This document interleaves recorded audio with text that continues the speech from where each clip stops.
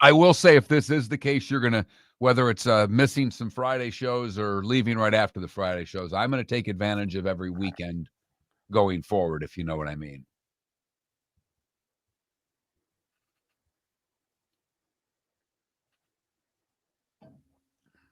But I was excited to get that text yesterday from Dr. Eck. Oh, yeah. So I'm going to get that right after the show. And I will let you know what that is, which will adjust whatever you have to invoice Tuesday. Right. Yeah, I'm going to send out invoices Wednesday because I will wait to see if there's anything that was in the Labor Day holiday weekend mail.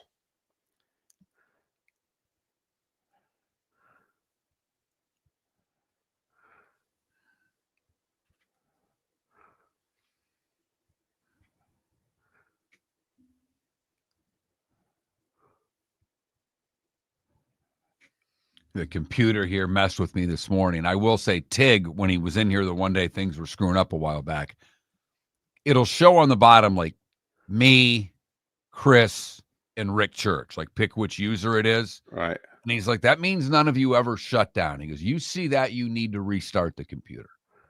Okay. So this morning there was only 2 names, no big deal. I dialed the phone and it calls me for that duo thing. Right. And then all you got to do is press a button. I mean, all you got to do is press a button and it starts. And I'm pressing a button and it's not going through. And I'm like, well, this isn't good. I don't need this morning. Right. And shut everything down. Like, all right, we're actually have a system here. Poll questions are up already. David doesn't even know that. I don't even know what they are. You know more about the show right now, Spitz, than David does. Coffin Ball, no way it gets 20 million. No way. Well, I mean, the semis only get like 17, right? Last year they did, yeah, 17, 18. So no. 5's a monster number for a regular. 6 is a monster number for a regular season game. If this does 10, that would be astronomical, right? Yeah.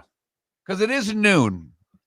On Labor Day weekend. Very good showing for the very good showing. They destroyed them. Miami and Florida are blanking in their pants right now. And Notre Dame just realized one of their key wins looks like crap after yesterday. Very good showing. Ryan, that was an unbelievable showing. Spotted them 7 and scored 34 unanswered. Damn. And I was telling David, I'll say it on the air, they laid the wood to them. They were the team that hit. When there was a loud hit and the crowd went, ooh, every damn time it was a Bull player hitting a Bronco player. I was a little disappointed at the crowd. It was less than 35,000. I was a little disappointed. But Thursday, 5:30. I know. I mean, if you're a working adult, that's a tough game to get. I know. I would have cut out of work a good hour early. Okay. Jake for the 7 o'clock. Now he lives an hour and a half from the stadium. Jake cut out at noon. There you go. That's drove how you to do Raleigh, it. went with this, like literally was at the tailgate at 4.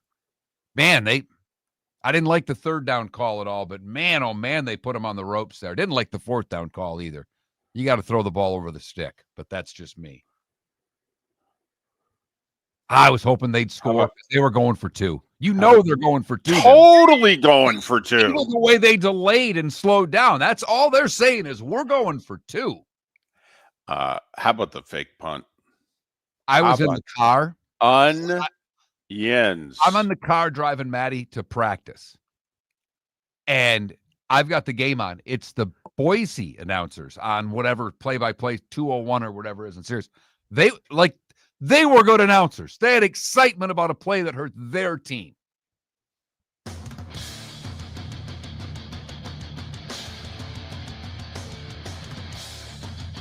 You're listening to Miller and Moulton, coming at you from the Floor Meister Studios. Floor Meisters, keeping it real. And now, here's Mark Miller and David Moulton. Top of the morning to you on this Football Friday.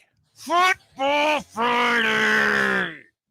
And the South Florida Bulls, we have one question for you. How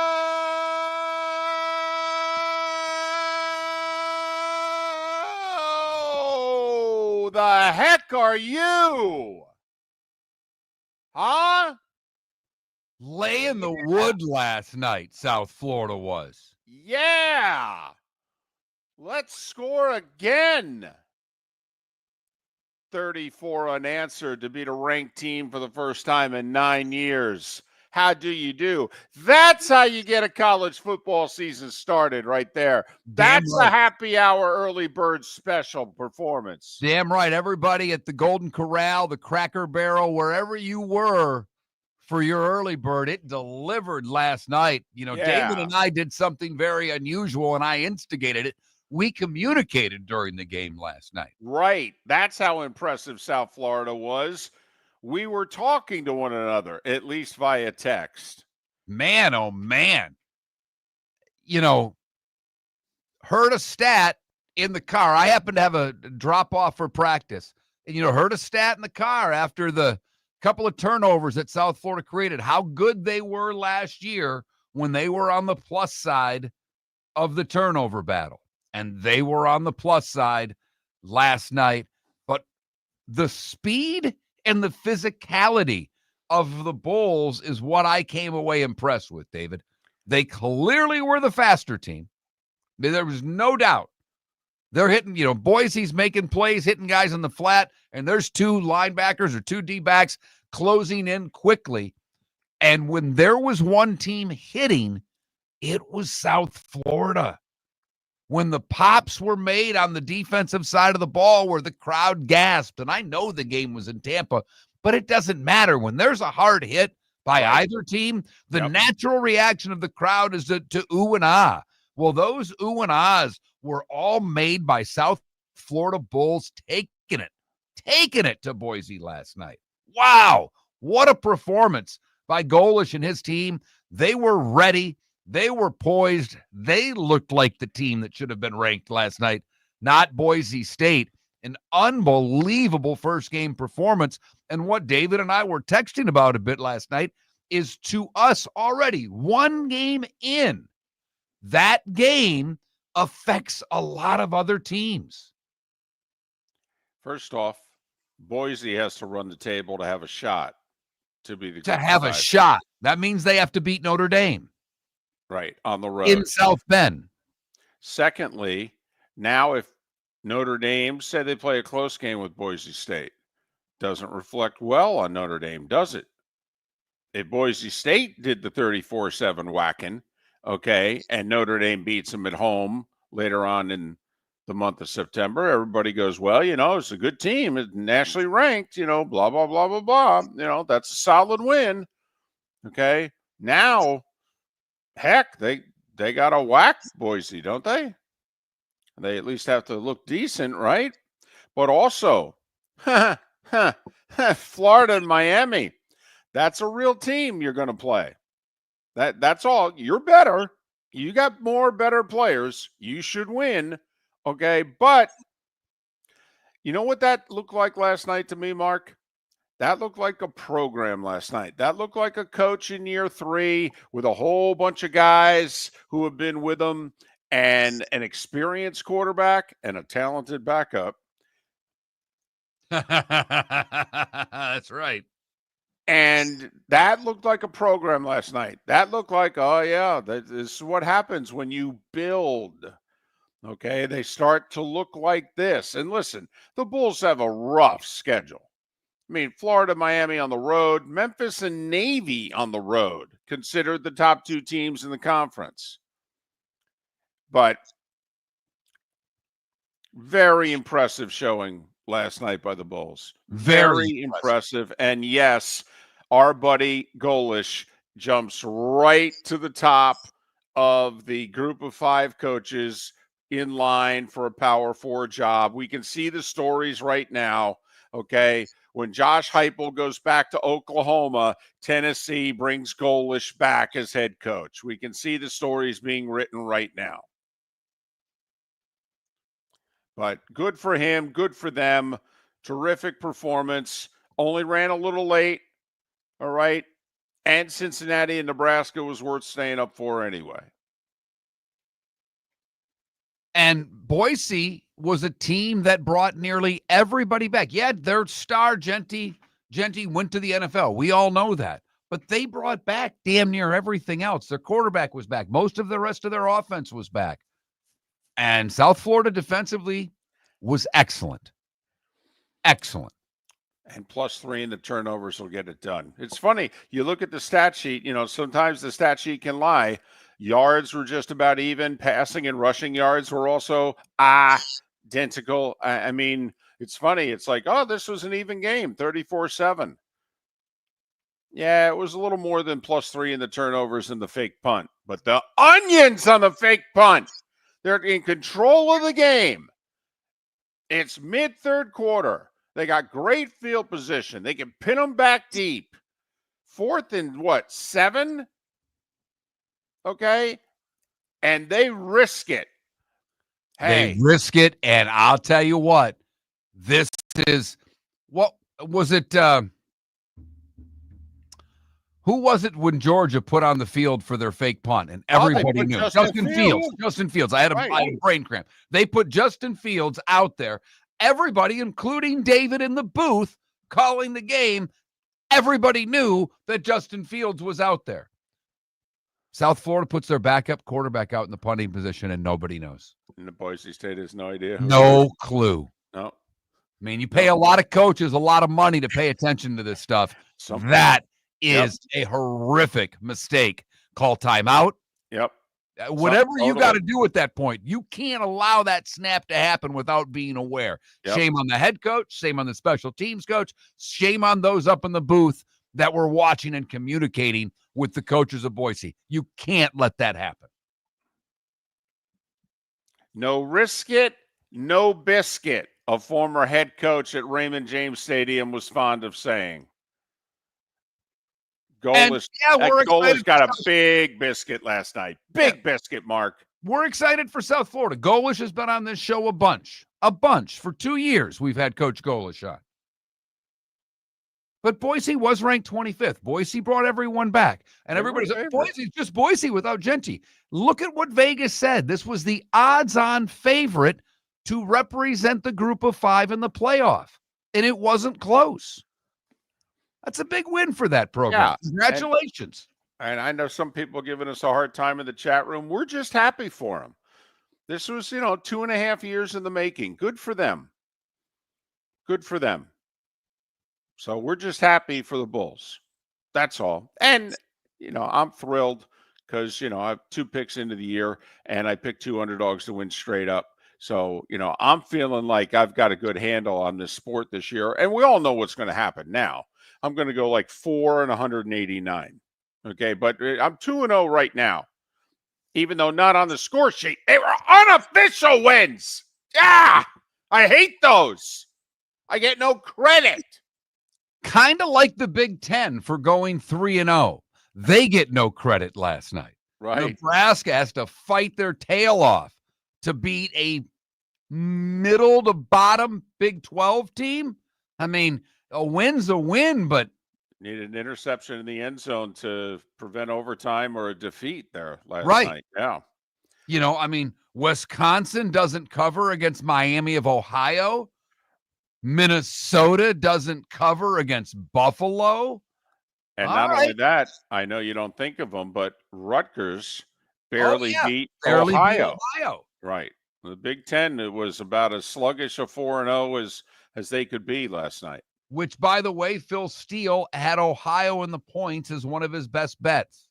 Okay. So Phil Steele working his magic early. We've got not 1, not 2, but 3 poll questions up already. I don't even know what they are. Very simple, David. There are 3 monster football games this weekend. There is Texas and Ohio State. Who you got? There's Clemson and LSU. Who you got? And then there's Notre Dame and Miami. Who you got? Wow. It's that simple. Huh. Not trying to reinvent the wheel on a football Friday. Oh, by the way, Micah Parsons is now a Green Bay Packer. What? And Kyle Schwarber did something that only 20 other players in the history of the sport did last night. Pretty good little Thursday night, or a Thursday, if you will, of sports. Micah Parsons is a Green Bay Packer? What? Led to this text a few minutes before the show, and I have to give this gentleman some credit. One, for being witty at 5:46 in the morning, and two, for admitting defeat so early. He simply says, Bears fan, just when there is a light at the end of the tunnel, it turns out it's an incoming train named Micah. Well played. You know, the Micah thing, David, I've talked to a few people in the last week, and they were seemingly, as they all are, David, on Jarrah's side. That guy signed. Right. Yep. Once again, Mark, okay, if it's a player versus the team, okay, no matter how much they can badmouth their team, it's their team, and the team is right. Okay, that guy, you know what? He's under contract. Just shut up and show up for work. Okay, you're lucky. You're lucky. You're a Cowboy. Sit out a year. See what happens to you. You'll become Le'Veon Bell.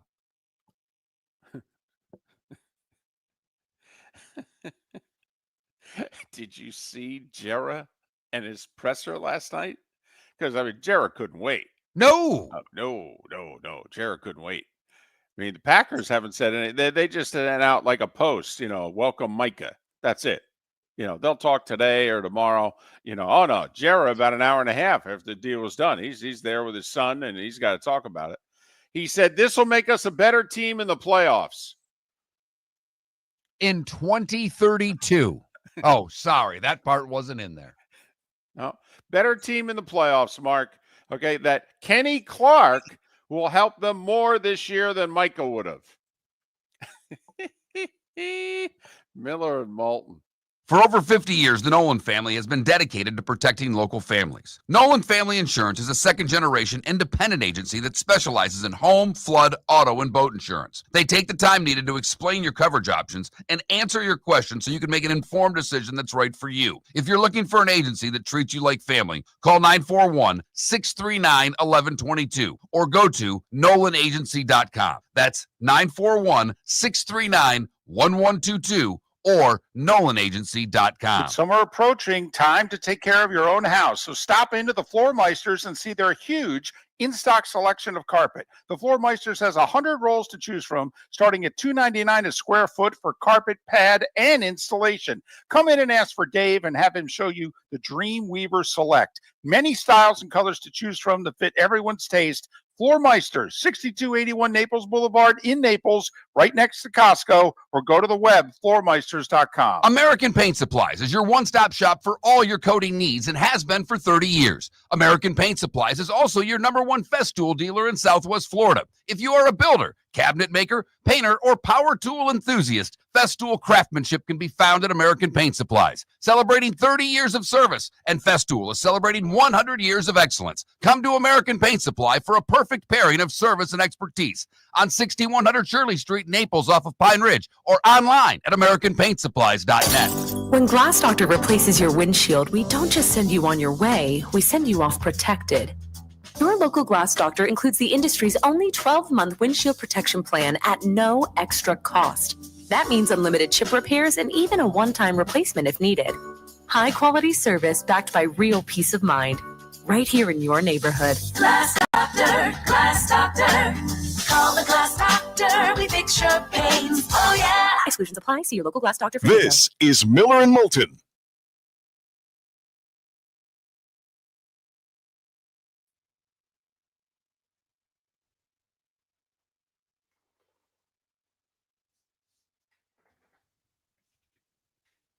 I got to tell you, chat room, we bring all this excitement, all this enthusiasm at 6:01 in the morning, and look at you on the poo-poo South Florida parade. Not, you know what? Your negativity will not bring us down.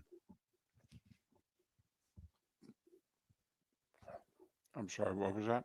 I just said to the Twitch chat room, I said, we come 6:01 with all this energy, all this excitement, and the poo-poo crowd in the chat room there just trying to bring us down.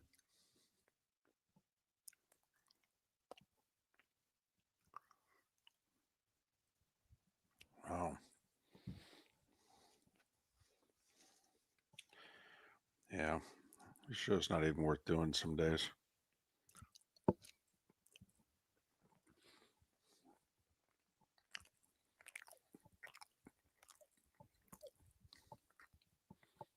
Joe, I'm going to tell you something. I'm really honest with you. I am allowed, because of that little thing there that says Miller and Moulton, to bitch about anything I want during my radio show. So I don't know what to tell you.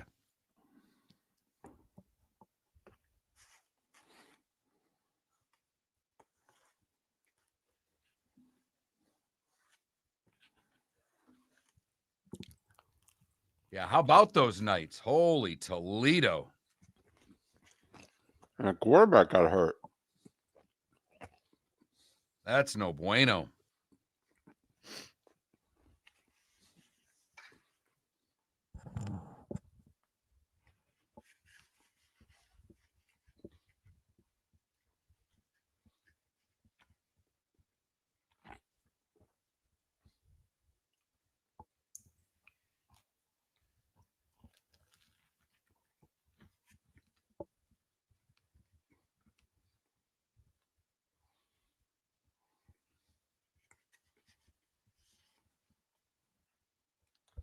Well, the other thing, Shimko, for both the Gators and the Canes, they should be happy for South Florida last night.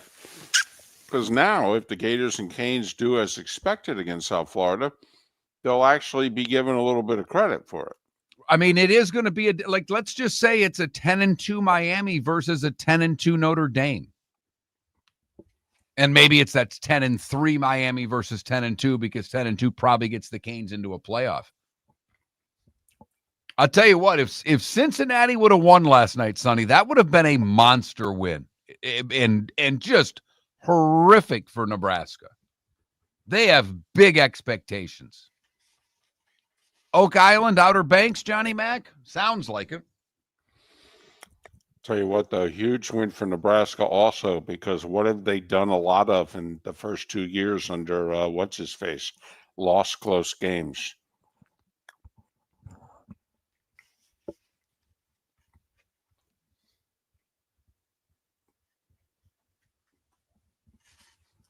Jacksonville State beat Auburn a few years ago, Michael, at Auburn. They're a pretty good FCS. Although I don't know if they're FCS anymore. So many have jumped up.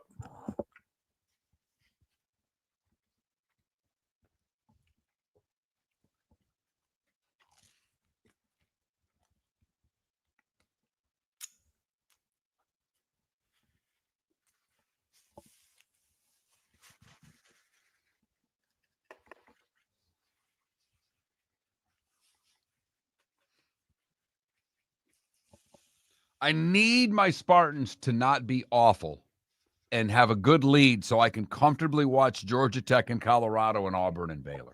I'm just saying.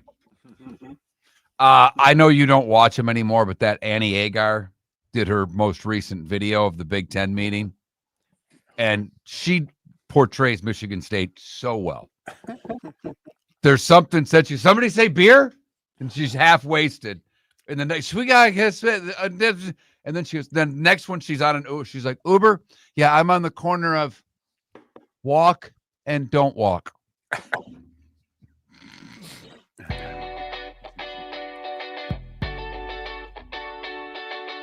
You're listening to Miller and Moulton. And now, here's Mark Miller and David Moulton. 21 minutes past the hour. Miller and Moulton.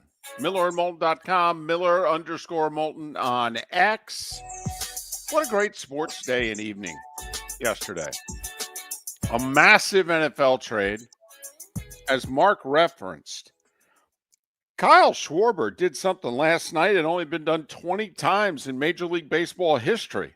By the way, there's been more perfect games than there have been guys hit 4 home runs in a game. Not by many, but there's been a few more perfect games than 4 homer games. And Kyle Schwarber, who's entering free agency. Yes, he is, David. Yes, he is. Mark, the Dodgers have to pay him. Oh, I'm sorry. There's walk years, and then there's walk years. He's at 49 now. It's still August, and he plays in a very friendly ballpark. 49 and 119. Right.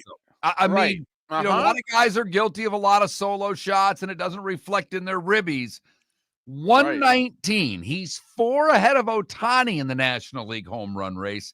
He's 9 clear of Alonso for runs batted in. Right. He's on pace, by the way, for like 59 and 145. I mean, Did we say it's a free agent year? Don't you just put the pen and paper in front of Dave Dombrowski and go, Dave, write down what you think is fair.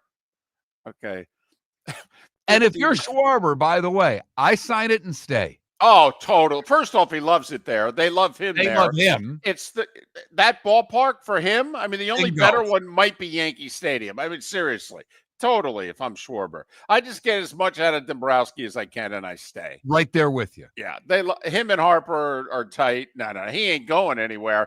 It's just that Dombrowski, while applauding the homers last night's going, well, that's $1 million a homer. Right. The second home run, he was applauding. By the fourth one, he's got his head down going, oh, blank, come on. Dave's got assistants joking, whoever Schwarber's agent is. Okay. Hey, Tony is on line 1.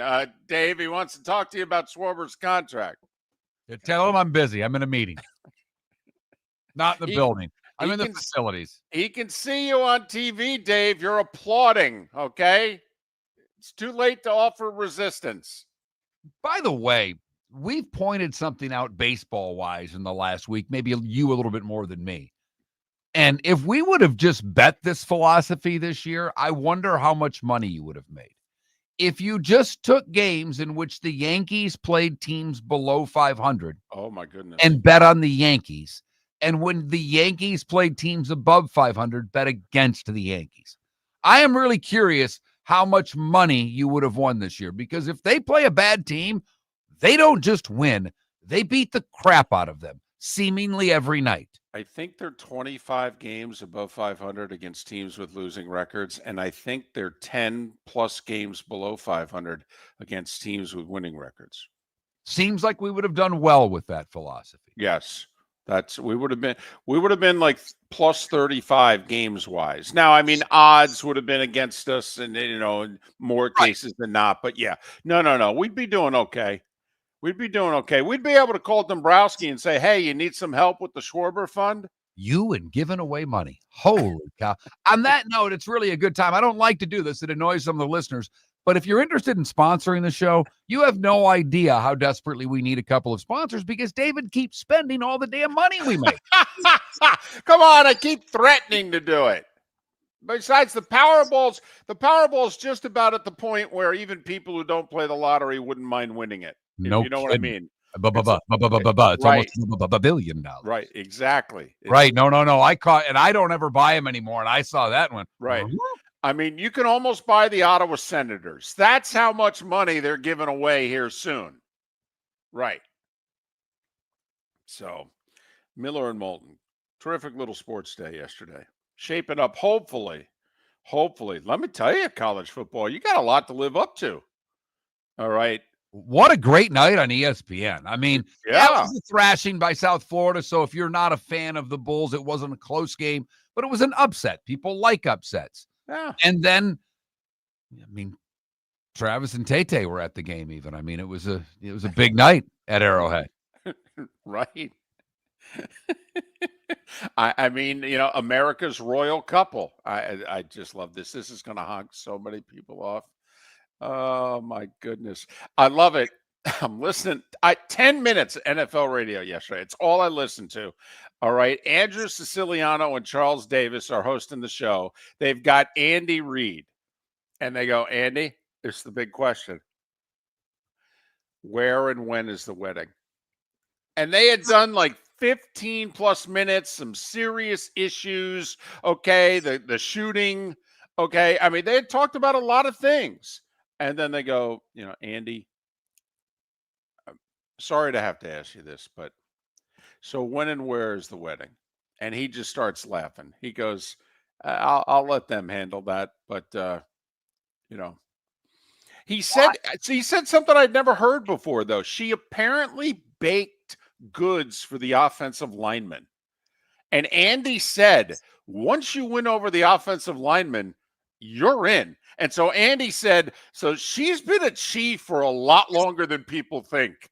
And I went, baked goods for the O-lineman? Look at you. Especially since she didn't know anything about football. Remember?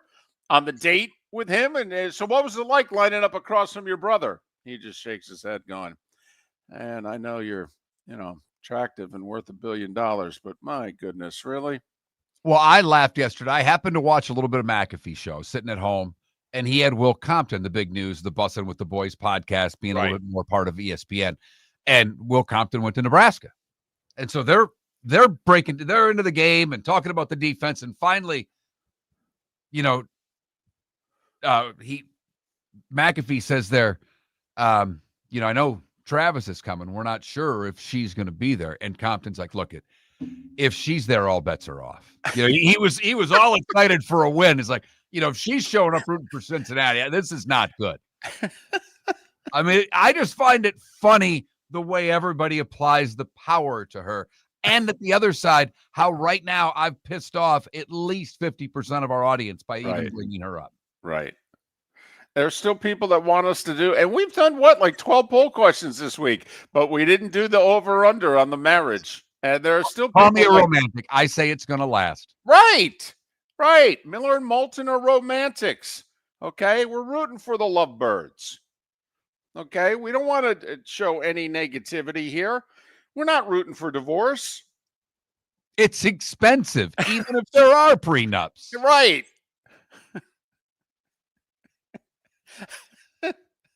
But she's definitely getting her. I mean, come on. She's got to have her prenup. Oh, yeah. By the way, are there any, and I am really curious, because we all know what fandom is, and we all know how loyal you are. I happen to have a friend, and he's moved away, who is a gigantic Dallas Cowboy fan. And he's not that old. He's much younger than I am. So he's endured more pain, particularly as he's become an adult. Right. And there are a lot of you out there that are Cowboy fans. Did yesterday even make you think about divorcing your team? Are you done until Jerry's no longer? Yeah, are you done until Jerry's done, if you know what I mean? Boom. Because it's interesting how fans will switch when they have multiple teams. Like a text we got from an old friend this morning. He texted the show yesterday, and he texted again this morning. Yamil in Fort Myers. This goes way back to our first act. And he's texting about the Canes. It's all about the U. Funny, for the many years when we took calls on this show, it was all about the Dolphins. And only the Dolphins. But he's got two, so we can switch. I had to come back with how many wins for the Dolphins. You know what he said? 10, and they make the playoffs. Unbelievable. Hasn't changed a bit. Not a bit. Even with those awful jerseys that they announced yesterday, those things are hideous. You've got a great jersey. Wear it. When you're craving the real taste of Chicago, there's only one name to know. Jimmy the Beef Guy. We're talking tender, juicy Chicago beef sandwiches. Whether your party's for 10, 100, or 200, bring game day to your house with Jimmy the Beef Guy. The catering packages come with the beef, the gravy, the peppers, the bread, everything you need. 2 convenient locations, Fort Myers and Bonita Springs. Skip the ordinary and bring the beef. Jimmy the Beef Guy, Chicago flavor, Southwest Florida style. Call today or visit jimmythebeefguy.com. Tell him Miller and Moulton sent you. Whether you're chasing peak performance, reigniting intimacy, or simply want to feel your best, Game Day Men's Health creates customized game plans to optimize your health. Call 239-427-3441 for our Bonita Springs and Naples location to set up your free testosterone test and consultation. Mention Miller Moulton Radio Show for 10% off your service. Find your maximum self with Game Day Men's Health, Bonita Springs and Naples, Florida. Call 239-427-3441 today. American Paint Supplies is your one-stop shop for all your coating needs and has been for 30 years. American Paint Supplies is also your #1 Festool dealer in Southwest Florida. If you are a builder, cabinet maker, painter, or power tool enthusiast, Festool craftsmanship can be found at American Paint Supplies. Celebrating 30 years of service, and Festool is celebrating 100 years of excellence. Come to American Paint Supply for a perfect pairing of service and expertise on 6100 Shirley Street, Naples, off of Pine Ridge, or online at AmericanPaintSupplies.net. Summer approaching, time to take care of your own house. So stop into the Floor Meisters and see their huge in-stock selection of carpet. The Floor Meisters has 100 rolls to choose from, starting at $2.99 a square foot for carpet, pad, and installation. Come in and ask for Dave and have him show you the Dream Weaver Select. Many styles and colors to choose from to fit everyone's taste. Floor Meisters, 6281 Naples Boulevard in Naples, right next to Costco, or go to the web, floormeisters.com. This is Miller and Moulton.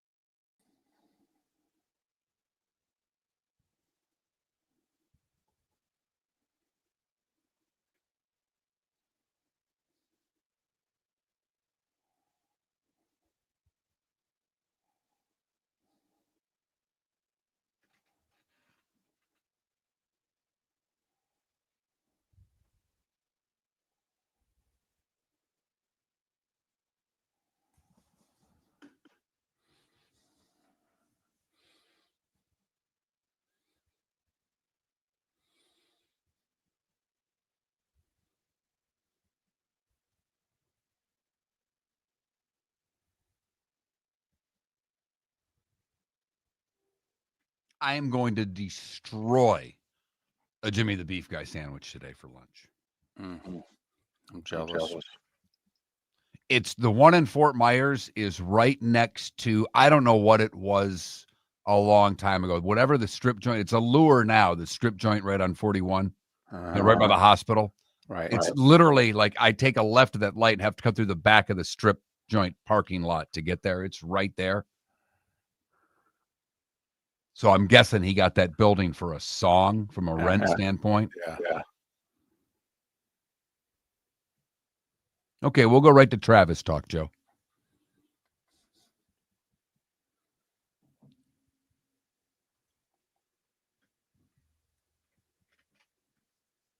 It's a 4-hour show.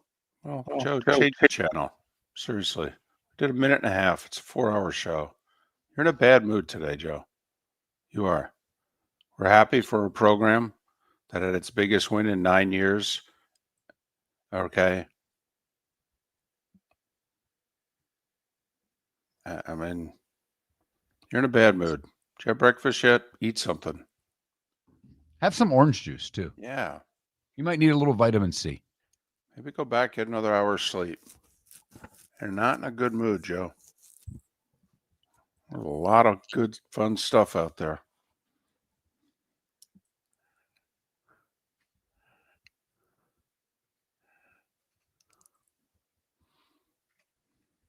Yeah, I figured the poll questions were just easy today. I didn't even try to outthink the room. Let's just put the 3 biggies up there and let it fly.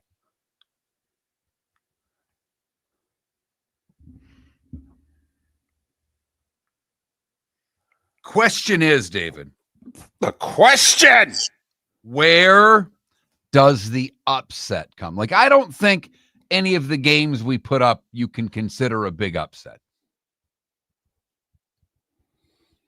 I mean, what's the highest line out of those 3 games? 4.5. 4.5. Okay. Where does somebody's getting beat? Is it Toledo beating Kentucky? You know, I was thinking about that one.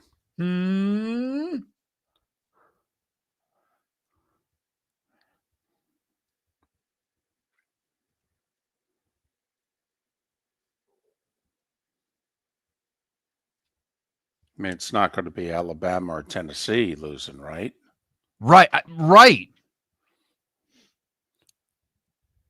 I'd be shocked if Tennessee lost. I will say, out of those new jerseys for the guys that were commenting, the Patriots one's all right. The other 5 I don't like at all. Did you see that? You know what I'm speaking of, David? They have some goofy Nike jersey. Oh, the rivalries jerseys. Yeah. Miami's wearing like a Miami Vice look. Hate it. It's awful. Hate it. RCB, we're in negotiations. Trust me. Been in contact with them since April.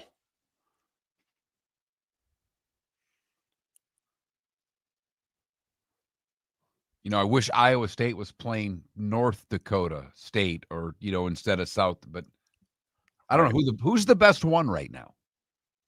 North Dakota State is still the best. Yeah. Especially this year. I'm told North Dakota State's a lot stronger than South Dakota State this year.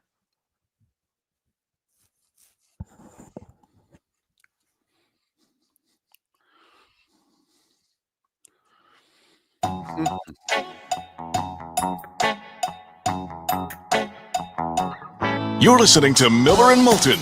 And now, here's Mark Miller and David Moulton. 22 minutes till Lee Sterling will join us with his first picks of the year and his first game of the week of the year. Miller and Moulton, millerandmoulton.com, Miller_Moulton on X. Pat Kirwan to join us at the top of the 8 a.m. Eastern hour. Lot to talk about from yesterday. Here's some of what you missed. Time for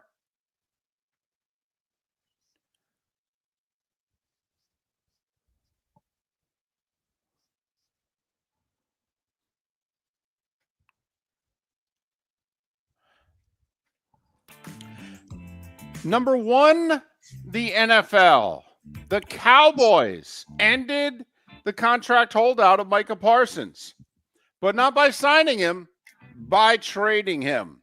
He goes to the Packers for 29-year-old defensive tackle Kenny Clark and 2 first-round draft picks. The Packers immediately signed Parsons, the 26-year-old. He will make $21.3 million this year, the final year of his rookie deal. And then he gets a 4-year, $188 million extension. Yeah, TJ Watt was the highest paid non-quarterback at $41 million a year. The Packers said, hold our beer. We're giving Micah $47 a year. Micah is one of only 2 players to ever have 12 or more sacks in each of his first 4 years in the league. That other player, by the way, was Reggie White, who the Packers then signed in free agency. We talked about this throughout this offseason and during training camps. Did Green Bay have enough, or did they need to make a big move? When they made a big move for Reggie White, they won a Super Bowl. When they made a big move for Charles Woodson, they won a Super Bowl. Now they make their big move with Micah Parsons. Dolphins wide receiver Tyreek Hill, limited in practice, but at least he practiced. He hadn't done that in a while. They say he's likely to play in 9 days when Miami opens at Indianapolis. Running back Jalen Wright, however, surgery out for the opener at least. So the team re-signed a couple running backs to the practice squad, and Jeff Wilson and JaMychal Hasty. College football. How about South Florida? Spotted Boise a touchdown and then took it from there. 34-7, the Bulls' first win over a ranked team in 9 years. Byron Brown with 2 touchdown runs, and when it was 10-7 mid-third quarter, Coach Golish called for the fake punt, and the backup quarterback threw a 45-yard touchdown pass, and that game was over at that moment. Bulls forced 3 turnovers in the win. 34,707 on hand. I've heard reports the upper deck was closed, that they didn't sell tickets to the upper deck, but, not quite sure of the story there, to be honest. NC State was up 24-7 against East Carolina, and then they held on. Pirates cut it to 7, and they were driving late fourth. NC State wins it 24-17. But that's a cover for the Pirates. Wow, what a night in Orlando. So there was a 2-hour lightning delay. That always makes for a good time. The new starting quarterback got hurt. Well, that's fun. It was scoreless at the half. It was 3-3 after 3. Jacksonville State scored early fourth quarter to take a 10-3 lead. UCF would throw the game-winning touchdown with 1:03 to play, and Scott Frost 2.0 gets off to a sluggish 17-10 win over Jacksonville State. Nebraska held off Cincinnati with an interception in the end zone with 34 seconds to go. Cornhuskers 20, Bearcats 17.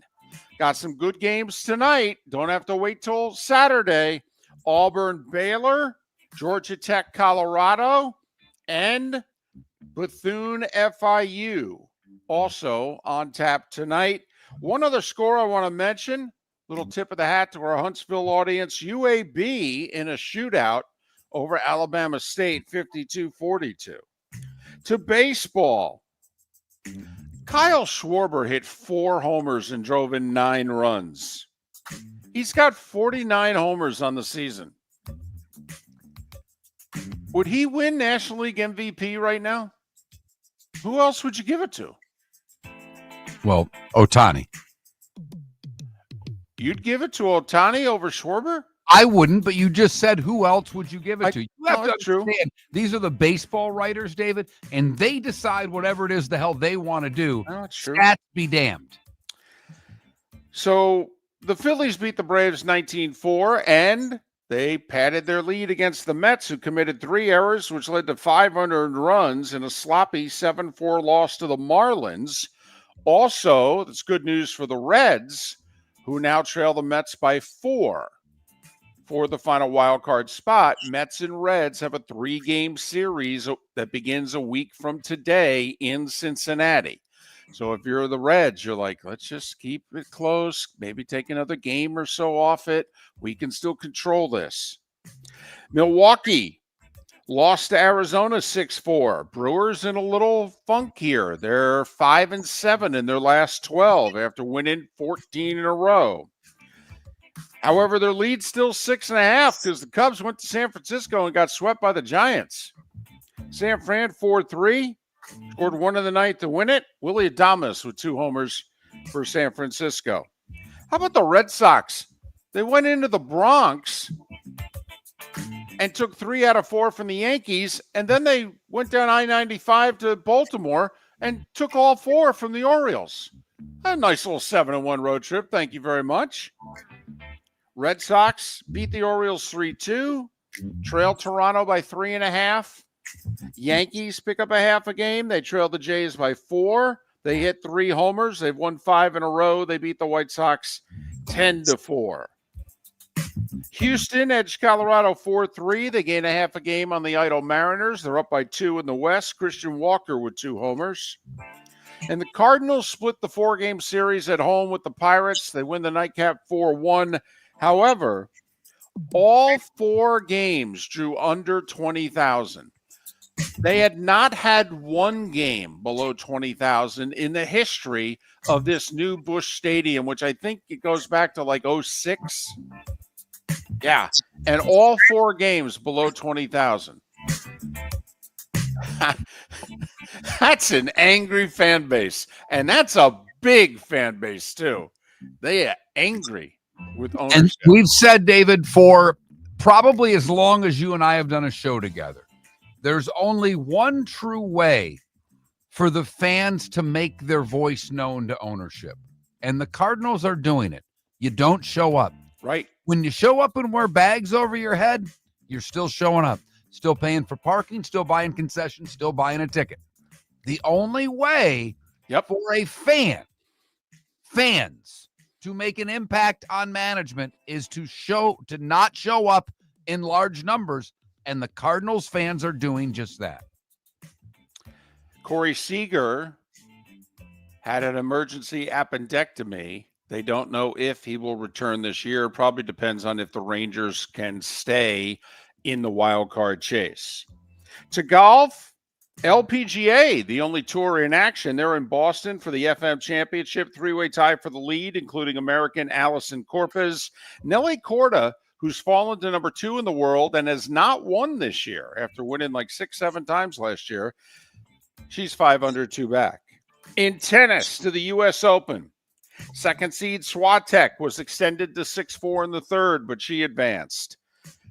All right, Osaka cruised 6-3, 6-1 to the third round. Coco Gauff was in tears during the first set during a changeover. Ended up winning the match 7-6, 6-2, as did the 8 seed Anisimova. The Wimbledon finalist advanced 7-6, 6-2. Venus Williams and her tennis partner advanced in doubles. They took down the 6-seeded team. It's Venus's first win in doubles at the U.S. Open since 2014. Men's side, top seeded Sinner cruised 3-2-2. Third seed Zverev cruised 4-4-4. The 5 seed Jack Draper withdrew because of a shoulder injury, however. The 9 seed Kachanov blew a 2-set lead and lost in 5. Tsitsipas lost in 5. The 14-seeded American Tommy Paul tried to lose in 5. He blew a 2-sets lead before winning 7-5 in the 5th. WNBA, Minnesota Lynx may have the best record, but they've been beaten a few times lately. Seattle went to Minneapolis and beat the Lynx 93-79. Seattle now tied with Indiana for the 6th seed in the standings. New York, they beat Washington by 26. They have the 5th best record. And Phoenix tied our Atlanta Dream team by beating Chicago by 4. So it's Minnesota, Vegas, and then Atlanta and Phoenix, your top 4 seeds. They'd have home court in the first round of the playoffs. A couple of minor notes here. The Pac-12 extended their broadcast deal with the CW through 2031. So basically, if you end up wanting to watch something in the newly configured Pac-12, you got to go to either CBS or the CW. Think C's. Tennessee gave 71-year-old basketball coach Rick Barnes a lifetime contract. Man, how many of you have a lifetime contract in anything? You think you signed up for one when you got married, but let's face it, that contract can be broken. And ESPN, this had been rumored for a while. They replaced Doris Burke on their A team. Tim Legler will now join Richard Jefferson and Mike Breen in doing the NBA Finals. Doris Burke did get a contract extension, and she drops down to the B team. And at 10 minutes before the hour, that was Starting 5. 5 big stories and a lifetime contract here on Miller and Moulton. Lifetime contract. Yep. Sounds appetizing, David. It does. I mean, even that Shoeless Joe spot that you do, it's free wings for a year. And that's a hell of a deal. Who wouldn't want free wings for a year? A year. But free wings for life? Right. That's something different. Man, I'd just bathe in blue cheese dressing for about a week after something like that. Even when you're 71 years old, I mean, a lifetime contract. I mean, hey, that could be quite a few good years. Listen, he hasn't even taken them to a Final Four, and he got a lifetime contract. Talk about low standards. I mean, seriously. I mean, it's not like they gave, what's his face at UConn a lifetime contract. He won them 2 natties. Barnes hasn't even gotten no Final Four. Well, they may have offered what's his face at Connecticut there, Hurley, the lifetime contract, and he might have said, yeah, I'm not interested. Might have threw a fit. Lifetime contract? What am I supposed to do with this? What am I supposed to do in eternity? Are you kidding me right now? I don't want to be here that long. No, it's a commitment from us to you. You can do whatever you want, Dan. What's the buyout for a lifetime contract? Right. What do I have to do to get out of this? Sell your soul. 3 days a week, I don't want to be here. Anyway. Staring at a blank piece of paper in front of me, I know in my head 3 of my 5 picks. I have not written anything down yet as we get ready for Lee Sterling, who's 0-1. Oh, my goodness. He had K-State last week. All the other bets he gave were over-unders. Right. Yep. But Lee's ready for his first installment, the real installment, week 1. We will give our picks next hour as well. Pat Kirwan coming up at 8 o'clock. He'll talk about the Micah Parsons trade and anything else related to the National Football League. Wait a minute. Micah Parsons got traded? He did.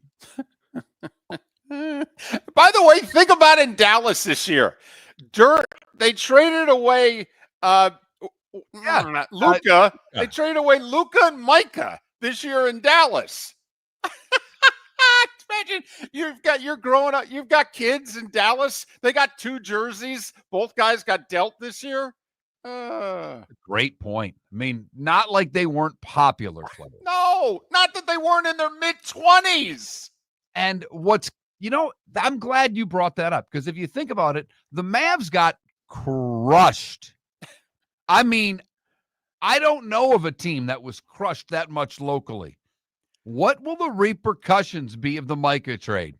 I don't think they'll be like they were for Luka, and that's astonishing. Shoeless Joe Sports Cafe is where your fantasy football draft should be. Free private rooms, Wi-Fi, plus food and drink specials. In August, Shoeless has bingo and trivia Tuesdays and Thursdays with your chance to win free wings and beer for a year. Fridays, live music on the deck. Saturdays, karaoke on the deck. Plus daily meal specials like Wednesdays, $6 wings and half-price pizza. Watch all your baseball and football at Shoeless Joe's, your home for good food, good times, and good sports in the Bell Tower Shops, Fort Myers. With summer approaching, time to take care of your own house. So stop into the Floor Meisters and see their huge in-stock selection of carpet. The Floor Meisters has 100 rolls to choose from, starting at $2.99 a square foot for carpet, pad, and installation. Come in and ask for Dave and have him show you the Dream Weaver Select. Many styles and colors to choose from to fit everyone's taste. Floor Meisters, 6281 Naples Boulevard in Naples, right next to Costco, or go to the web, floormeisters.com. For over 50 years, the Nolan family has been dedicated to protecting local families. Nolan Family Insurance is a second-generation independent agency that specializes in home, flood, auto, and boat insurance. They take the time needed to explain your coverage options and answer your questions so you can make an informed decision that's right for you. If you're looking for an agency that treats you like family, call 941-639-1122 or go to NolanAgency.com. That's 941-639-1122 or NolanAgency.com. Mark Miller for Sleep Treatment Direct. They are helping me with sleep apnea. And by helping me, I mean curing me. No more CPAP machine. No more snoring. No more tossing. No more waking up exhausted. Their expert team got me the right treatment, fast and hassle-free. If you want to feel energized and get rid of your snoring, call Sleep Treatment Direct today. 444-1741. That's 239-444-1741. Sleep Treatment Direct. Sleep safe and sound. Defining a new era in men's health. Get stronger and healthier at Game Day Men's Health. With our in-house laboratory, get in, get treated, and get back to your passion and purpose. Call 239-427-3441 for our Bonita Springs or Naples location to set up your free testosterone test and consultation. Mention Miller Moulton Radio Show for a 10% discount on your service. Start living your best with Game Day Men's Health, Bonita Springs and Naples. Call 239-427-3441 today. If you're a business who targets men, please know there is no better and more economical way to reach your target audience than us at Miller & Moulton. So let us help you make money.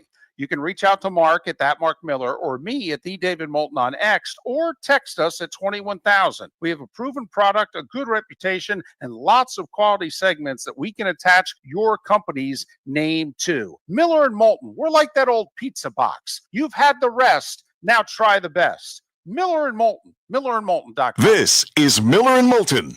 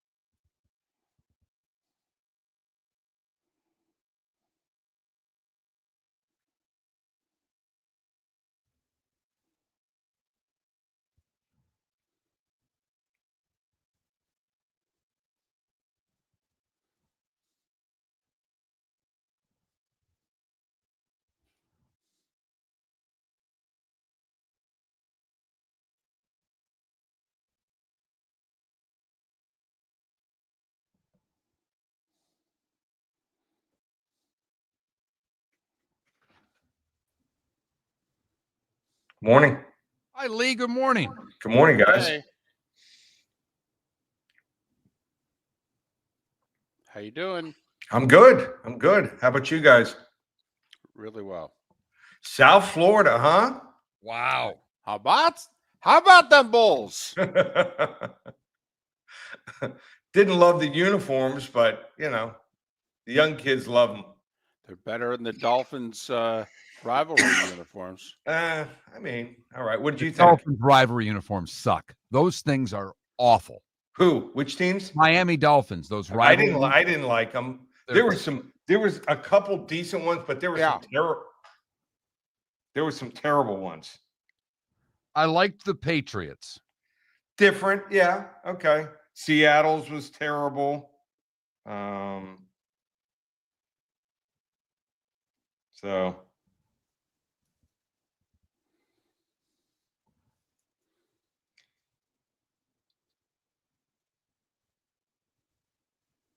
Seattle looks like Oregon. I mean, I was listening to Seattle radio when they came out. Oh my God, they lost it. They're like, we're not Oregon.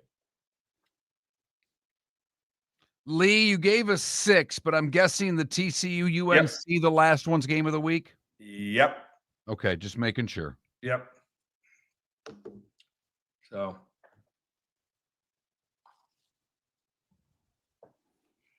they're expecting rain, heavy rain, 20 for almost sometime, maybe up to 48 hours straight in Miami for that game. So they're playing a game the night before on the field.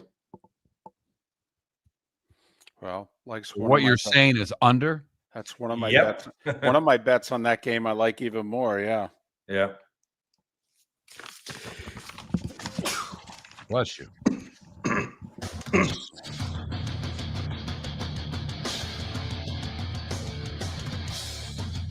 You're listening to Miller and Moulton, coming at you from the Floor Meister Studios. Floor Meisters, keeping it real. And now, here's Mark Miller and David Moulton. And Lee Sterling from Paramount Sports, ParamountSports.com, 800-400-9741. He joins us to begin hour 2 on this Football Friday. Football Friday. And the college season already off to a terrific start. 21 games in the books. We've had a few high-profile upsets. Lee, how you doing? I'm good. I mean, went 1-2 for our clients. Could be better there, but I think saw some things. I mean, most of the games, except for the South Florida games, most teams looked marginally better, marginally worse. But South Florida, wow. They looked good, didn't they? Yeah. And I mean, how about in the NFL? You guys probably already talked about it. Micah Parsons, one of my best friends, is a Green Bay fan. I got a text in the middle of doing shows yesterday. All he said was Super Bowl. Oh, there you go. Feeling it, baby. So there's no doubt that they already thought very highly of their team heading into the season. Receivers got to perform for Jordan Love, but they added a piece on defense that nobody has. I mean, they added a guy that you can't add right now. And it's not like he's 30 years old. 25 years old? Yeah, 26, Crazy. I believe, this year. Yeah, unbelievable. Listen, you always choose the good games and or the games that are in our quote-unquote backyard. So let's get right to it. Auburn on the road and a 2.5-point favorite against Baylor. So Baylor, I think people like a lot because they won 8 games, returned 18 starters. The problem here is twofold. They didn't beat anyone. Go look at their schedule. And on top of that, usually teams that win 8-9 games, they got 30, 35 sacks. They only had 23 sacks here. Their defense gave up 35 points or more 5 times last year. So I don't love Jackson Arnold, not a huge fan, but he played behind an offensive line at Oklahoma and a group of receivers that were horrendous. I mean, they lost their top 5 receivers last year before the first game even started. He's going to have some receivers now. He's got a top 5 class of receivers, and Baylor's pass defense, number 60. I think the odds makers got it right. The right team is favored. I like Auburn 31-23. Ooh, look at that. We've talked about this game a lot this week. We think it's a really big game for the Big 12 on the whole, because Baylor's picked to be one of the top teams in that conference. They get beat by Auburn. These are the things that could make them a one-bid league come December. All right, the big noon kickoff. David Portnoy will not be inside the stadium. I don't know who he'll be rooting for. It's a hell of a game. The Texas quarterback Arch has more experience. Ohio State has the best player with Jeremiah Smith. How do you see it? They do, and I think they have the best position group at wide receiver. But other than that, I think Texas might have an edge everywhere. Ohio State was the better team last year. I'm hearing from Texas fans, we were 1 yard away from tying it with less than 4 minutes to go. But I think Ohio State probably would have won the game nonetheless. But Ohio State lost 7 of 9 top tacklers from last year. Tough to replace 14 guys in the draft. Also, Texas has both coordinators coming back, 2 new coordinators for Ohio State. Might take them a couple games to get integrated here. But I know the game's in the horseshoe. I just think Texas has the better players here. No Jack Sawyer to the rescue for Ohio State. Wrong team favored. Texas outright 24-20. And obviously these lines are fluctuating. It could be Texas +2. Some places it's 1.5. Same with the Auburn Baylor line. Like we have it at 2.5. I've seen it some places as low as 1.5. So these lines obviously are very volatile, especially this time of year. All right. Clemson, I've seen it at 4. I've seen it at 4.5. They're favored at home against LSU, who can't win week 1 under Brian Kelly. No, 5 straight losses for them. Only 2 since he's been there, but surprisingly, the first regular season ever. This should be something attached to this game, that one of these two teams, because they have both the same nickname, same names of the stadium, Death Valley. Whoever loses should be called like the Kitty Cats for the rest of the year, something like that. It's got to be like that. Yeah, it's got to have like a WWE flair to it. But I love games like this. The first game, you find out a lot about both teams. I think both of these two teams have really good skill players, but I think it's going to come down to the trenches. LSU lost 4 of 5 starting offensive linemen and all 4 defensive linemen. And Clemson, they're not quite where they were when they won championships, but pretty close. They'll have 3 defensive linemen get drafted in the first or second round next year, in my opinion. And Brian Kelly not only doesn't win home openers or road openers or neutral site openers, just 4-8 against the spread on the road 2 years that he's been there. I like Clemson, 37-27. All right, Alabama and Florida State. This game was the one that sent Florida State into upheaval. Yep. And everything went badly for them. They're not back yet. I think they're better. We had Bud Elliott on our show pick Alabama to win the Natty. So does Alabama cover the big number, 13.5 in Tallahassee? I think Florida State will be better, but still lost 10 games. They were uncompetitive last year. It seemed like they had guys that quit. So you got to change the culture. Now, the quarterback, the new one, Thomas Castellanos, is talking a lot of smack. I don't know if I'd do that if I was him. I'd try to like sneak in and hopefully surprise Alabama. But Florida State nabbed him in the greatest position of need because he had a great game against them last year. He scored 28 points. In all other games against Division I opponents, he never scored more than 23 points here. So I'm high on Alabama. I think their defense is going to be special. I think they've got a chance to win the SEC. I think they'll be in the playoffs here. And I like the fact they grabbed Ryan Grubb, got him back after a year with the Seattle Seahawks. Sometimes you got to lay it if you want to play it. Bama big here. Roll Tide, 38-20. They're saying it could be a wet one in Tallahassee. You live in South Florida. They're saying it could be a monsoon this weekend in Miami. So I'll be curious if weather plays a role in any of our wagers. Notre Dame and the Canes, the Irish on the road, a 2.5-point favorite. Yeah, first meeting since 2017. If you listen to a bunch of interviews from Notre Dame players who played in that game, they'll tell you it's probably the toughest venue they played in. I mean, usually there's 20, 25,000 empty seats, but they are going to be sauced up and ready to go with the tailgates opening up. We're hearing 12 hours before the game. So the weather could be just horrible. They're playing a game on the field the night before, and, it covers most of the stadium, but not the field. Now, Miami will look different with Carson Beck at quarterback, more running. And behind that offensive line, top 5, 3 backs they've got to interchange there. Obviously, Notre Dame's going to try to run the ball because they've got a brand new quarterback, C.J. Carr, Lloyd Carr's grandson, who has never taken a snap in college football.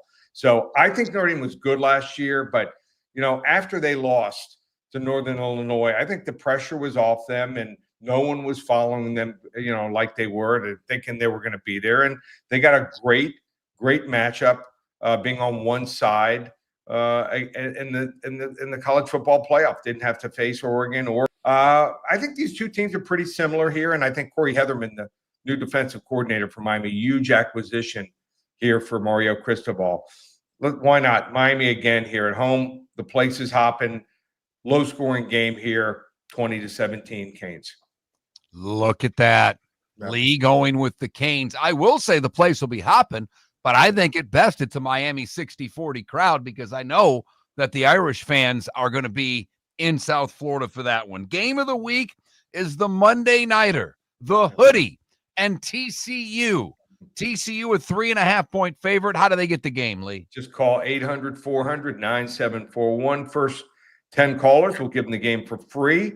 800-400-9741. Big game, sold out game in Chapel Hill, which we haven't said in a long, long time. So big game for Bill Belichick, TCU, if they want to get back on the map after getting to the national championship game a few years ago. So check everything out. ParamountSports.com. We've got a 5-week special through the end of September. Just $4.97 if they use coupon code SAVE100. Also, we do player props entire season. $5.97. People love betting them now. College and NFL player props. We've got those out. And check us out. I do a daily show on Locked On Bets on the Locked On Network.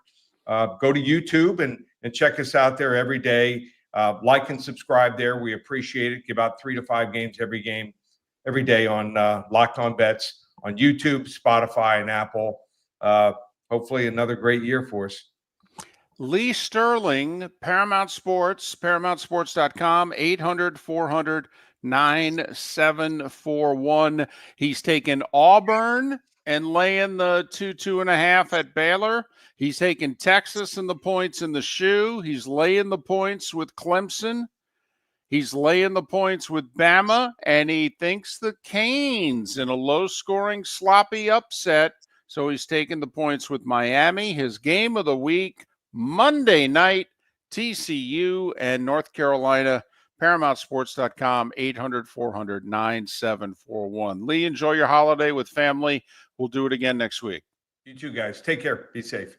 Lee Sterling. Follow him on X, by the way, at Paramount Sports. If you go to his website, he actually gives a decent amount of information away for free. Those videos that he talks about on his website are really informative. Yes. They're like the little condensed Phil Steele things next to each game. You know, a lot of trends, a lot of different information. He goes through a lot of games and does give out a lot of information for free at ParamountSports.com. David, what I have done over the years is I try to write down all of our picks because we want to keep track of our record and be honest and transparent with our audience as to how much we suck with picks. Right. And, you know, I have Lee's picks written down. I put my picks underneath him. And the reason I put my picks underneath him is that leaves the whole right side of the column for however many games you're going to pick in week 1, because we used to have a Super 7. Then we called it a Fantastic 5. Now we don't even associate a number with it. I have settled on 5 picks. Lee has settled on 5 picks. The over-under for David Moulton week 1 is 7.5. Go under. Go under. Wow, look at you. In fact, I'm debating 5 or 6. I only have one outlier. And I think I'm getting a little full of myself already because I was on Iowa State and South Florida this year. So I think I'm going to back off, okay, and just go with 5. But I got my outlier pick as well, kind of like, oh, show off. Oh, really? You already know, and I want to know, and you'll want to know, and we'll give our picks next. But the most important thing, what game is David going to omit? Because I can guarantee you, whichever game he decides not to play, back up the truck on that one. If you're a business who targets men, please know there is no better and more economical way to reach your target audience than us at Miller & Moulton. So let us help you make money.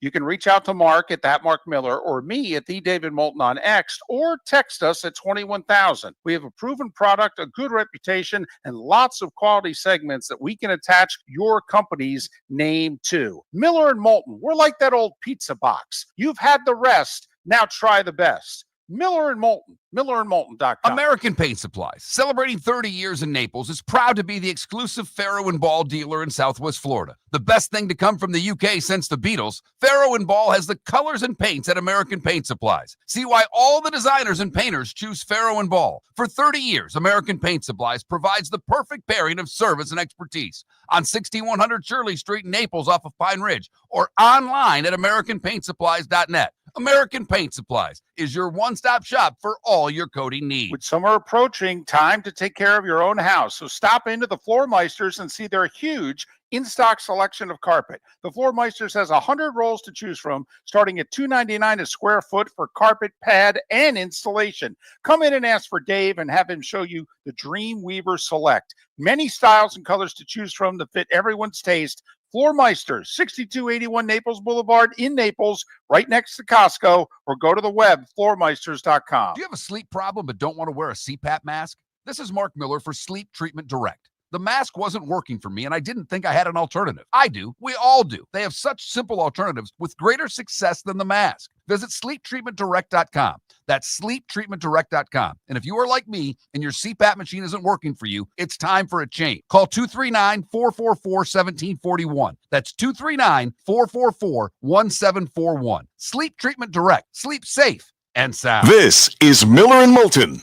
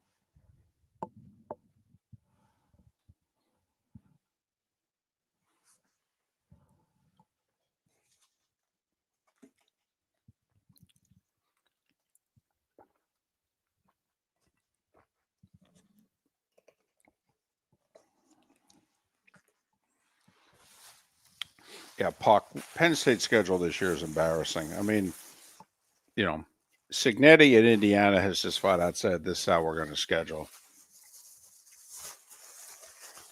So,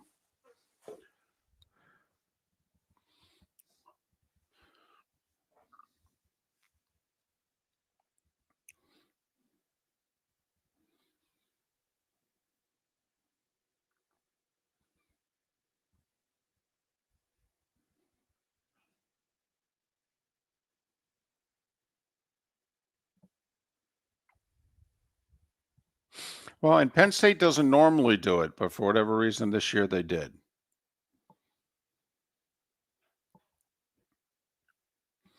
Well, it's why I jokingly said it. What if Penn State loses to Oregon at home and Ohio State on the road and goes 10-2? What's the win that they point to and go, "Oh, this is why we should be in the playoff"?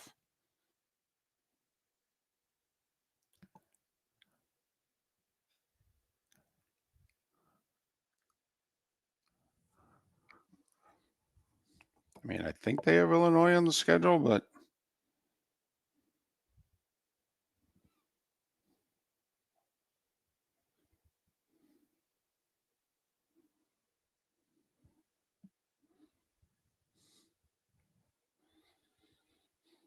I mean, they're at Iowa. They're home for Indiana. You know,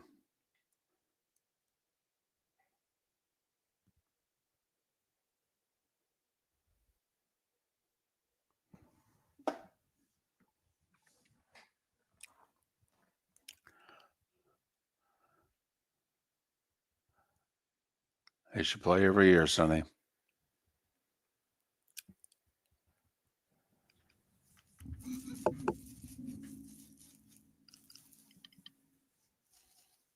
Yeah, no, Yeah. I just went through a puck. They play Indiana and Iowa. You're listening to Miller and Moulton. And now, here's Mark Miller and David Moulton.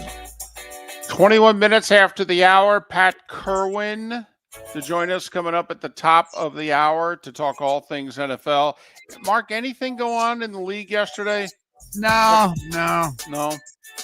It's a couple days after the whole 53-man rosters had to be set. Everything good? Everything's good, particularly in Dallas. Oh, okay. Well, that's good. New coach and a healthy Dak. I hope it could, settle down and get back to normal as soon as possible in Big D. They resolved that Micah Parsons situation at all? They did. He's in Green Bay, everyone. Wait, what? Yeah, he's a Packer. But I thought there was no way, and they were going to trade him. Well, there wasn't to me, David. I mean, I was genuinely shocked. Even with the circus that had been going on, I thought they'd figure it out. I really did. I don't know how often people go to the internet after we say, hey, do yourself a favor, go look this up. Could you just, if this is the only time you listen to us all year, could you do yourself a favor and look up Jerry's press conference about 2 hours after he traded Micah? He calls him Michael, the whole presser. Not Micah. He calls him Michael. I mean, I'm howling at like the fifth reference. I just, unbelievable. He's the guy calling the shots for the organization, though. They seem like they're in good hands. Well, they have been for a while. I think the track record shows that, Mark. It really does. Yep. Executive of the Year. Hall of Famer. Oh, boy. Oh, boy. By the way, did get a text from one of our Tampa listeners, and welcome all of you in Tampa on Florida Alumni Radio, 1010 a.m. The text line is 21,000. You need to text the keyword Miller to 21,000. But someone who was at the game last night said that upper deck was closed. West side of the stadium in the shade was reasonably full. East side in the sun was empty with a few Boise fans roasting in the sun. Okay. Because I wanted to know. I mean, I saw attendance at 34,700. And then somebody said they had the upper deck closed. And I went, oh, okay. Well, then, most of what you could see then was, filled up. But because remember, we went to that, when Jim Leavitt had the big win that got South Florida on the map and kind of, sprung a nice 4 or 5 year run was that Friday night game when they beat West Virginia in 2007, when West Virginia should have played for the Natty. Okay, and we were at that place, and the place was sold out. Upper deck, the whole deal sold out, and everybody was in USF colors. And we went, I'll be damned, this is a thing. Right. Now, that was a Friday night. Yep, Friday night. I think 5:30 hurt attendance. I do. I agree. It was a smart move by them because a lot of eyeball. I mean, there's only one game on. You had to go to ACC Network to get East Carolina and NC State. The Deuce had tennis. So that was your game. And I think an FS1 Big Ten game, right? One of the two Big Ten games was on FS1. Yes. Didn't watch a second of it.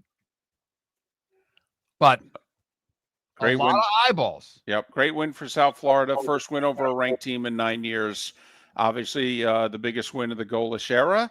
And now, of course, we'll wonder just how long that era will be, because now he'll be a very trendy name in the coaching hire circles 2-3 months from now. You ready? Yeah. You want to go first? Yeah. Very easy. I think you beat me last year. I did. It serves me right. I was looking. I did. And I think you beat me last year. I did. I had a very strong finish. My September was horrendous. My last 2 or 3 Septembers have been awful. But see, I'm 2-0. You know why? It's August. So take these to the bank. I like Baylor. You know that. I think Baylor's playing for the Big 12 title. I'm taking Baylor and 2.5 at home. This is a big deal. They don't get a lot of SEC teams to come to Waco. I like Texas. I think they're better most everywhere, and I think they'll win. And I'm getting a 1.5, 2, what have you. In the Battle of Tigers, in the battle of each team calling their home Death Valley, I just think Clemson's better at the line of scrimmage. All right. I do think LSU is the better quarterback. These both could be first-round draft picks. Now, I'm not sure the Clemson guy will get graded by the pros as a first-round pick, but it's funny. I think the Clemson quarterback is going to be a Heisman finalist. But I think very entertaining game. Clemson, I'll lay the 4.5. I love the under in Notre Dame, Miami, and I loved it yesterday. I loved it the day before yesterday. I loved it before I knew the weather. Okay, the over-under is 49.5. I mean, 50 points in a mud bowl in which both teams' defenses are better than their offenses. I'll take the under in Notre Dame, Miami. I will also take Notre Dame and lay the 2.5. Look at you, a little Notre Dame parlay. Yes. Now, just for the heck of it, everybody, you said, so what's the bet that you're not going to make that you're going to get right, but it's not going to count? So this is off the record. You're telling me this Yes. does not count. This is off the record. This is also me trying to be fancy, like I actually know what I'm talking about. South Carolina under Beamer. All 4 week 1 games have gone under. The over-under on South Carolina, Virginia Tech's 51.5. I was going to take the under and show off. Do with it what you will. Well, David, you and I have 3 of the same bets. You, I, and Lee have 2 of the same bets. Okay. I'm with you. These were all written down before Lee even started. I have Baylor plus the 2.5 over Auburn. I think Texas today is better than Ohio State. I don't know if they played this game again in January, if I'll say the same thing. But I like Texas on the road to beat Ohio State. Give me Clemson in the battle of the Tigers, laying the 4.5. I worry about the same thing Lee talked about. We've talked about it a lot this week. All the graduates on the offensive line for LSU, a defensive line that lost a few players and wasn't very good last year. Clemson, take it for what it's worth. At this point in the year, when they rank units, both the offensive and defensive line are considered top 5 in the country at Clemson. I'm taking Georgia Tech to go on the road and beat Colorado. If I'm picking Georgia Tech to go to the playoff, then they go to Colorado with a brand new quarterback, and I know he has experience, but a brand new quarterback there, an offensive line that couldn't block a year ago. We'll see how much better it is. I think the Georgia Tech quarterback is special. I like King a lot. He can run it. He can throw it. Dual threat guy. Give me the Ramblin' Wreck over Colorado. I'll lay the 4.5. And David, for a while now, you've alluded to this being Stoops' last year in Kentucky. Yes. It starts this weekend. You going upset special? I would not be surprised and would not be afraid to sprinkle a little on the money line of this game. Toledo, the MAC is not what it used to be, but Toledo's still a really nice program. They have been for a long, long time. I'm getting 9.5 in the Rockets against Kentucky. Give me Toledo plus 9.5 against Kentucky. Thought you were going to say, give me Toledo or give me death there. You were being No, I only do that with Liberty. Gotcha. Okay. So David sticking to 5 picks, throwing an over-under and a little 2-team Notre Dame parlay, if you will, going under in the Notre Dame game and laying the 2.5 with the Irish. And then the 2 of us have Clemson, Texas, and Baylor. I've got Georgia Tech and Toledo. I'm ready. It's probably a 5-0 week. Well, I will say it's August. Okay. You and I are both been bad in September, but see, now we're playing in August. I say this is like playing with free money as I see it. Miller and Moulton. Pat Kirwan to talk the Micah Parsons trade at the top of the hour. Thanks for listening. When you're craving the real taste of Chicago, there's only one name to know. Jimmy the Beef Guy. We're talking tender, juicy Chicago beef sandwiches. Whether your party's for 10, 100, or 200, bring game day to your house with Jimmy the Beef Guy. The catering packages come with the beef, the gravy, the peppers, the bread, everything you need. 2 convenient locations, Fort Myers and Bonita Springs. Skip the ordinary and bring the beef. Jimmy the Beef Guy, Chicago flavor, Southwest Florida style. Call today or visit jimmythebeefguy.com. Tell them Miller and Moulton sent you. Whether you're chasing peak performance, reigniting intimacy, or simply want to feel your best, Game Day Men's Health creates customized game plans to optimize your health. Call 239-427-3441 for our Bonita Springs and Naples location to set up your free testosterone test and consultation. Mention Miller Moulton Radio Show for 10% off your service.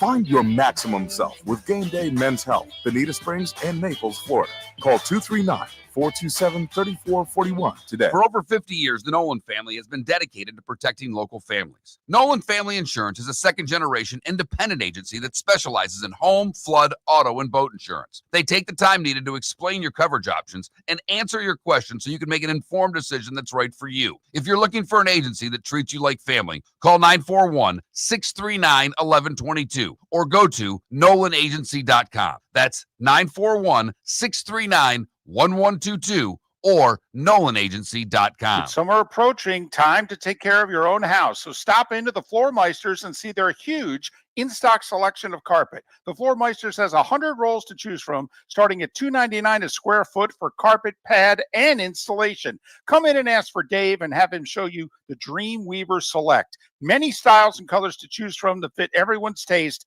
Floor Meisters, 6281 Naples Boulevard in Naples, right next to Costco, or go to the web, floormeisters.com. This is Miller and Moulton.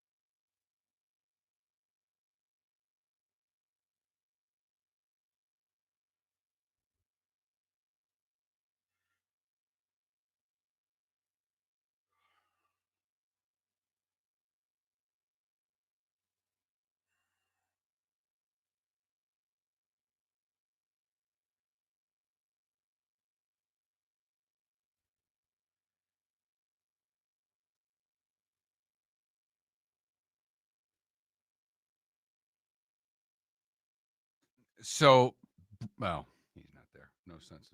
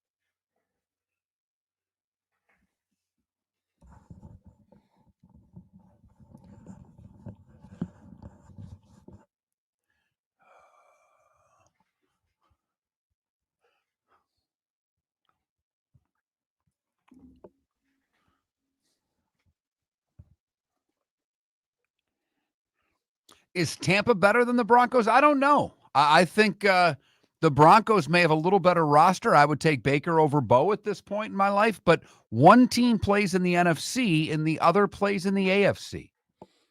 Like, I don't think that there are 3 teams better than Tampa in the NFC. I do think there are 3 teams better than the Broncos in the AFC. And I know, Irish, I'm an idiot. I'm stupid. I know nothing. And unless I pick your teams, I'm even effing dumber. But I don't think the Broncos go to the Super Bowl. Could they get to the AFC Championship? They could. But I wouldn't pick them above Baltimore, and I wouldn't pick them above Buffalo.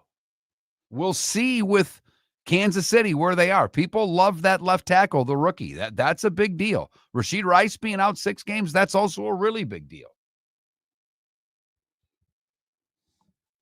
Tampa plays in a much easier division and in a much easier conference.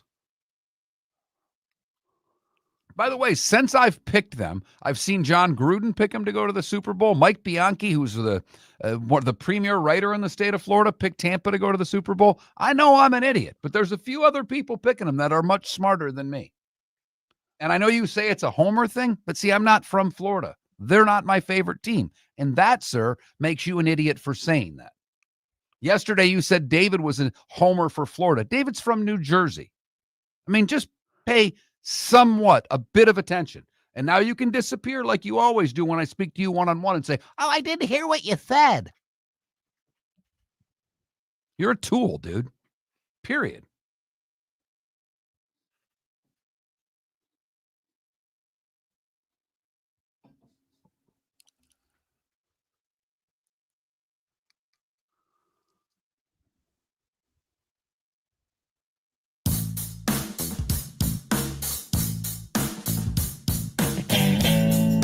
Welcome back to Miller and Moulton. Text the guys what's in your mind at 21,000. That's 21000. And now, here's David Moulton. 22 minutes till Pat Kirwan joins us at the top of the hour. Miller and Moulton.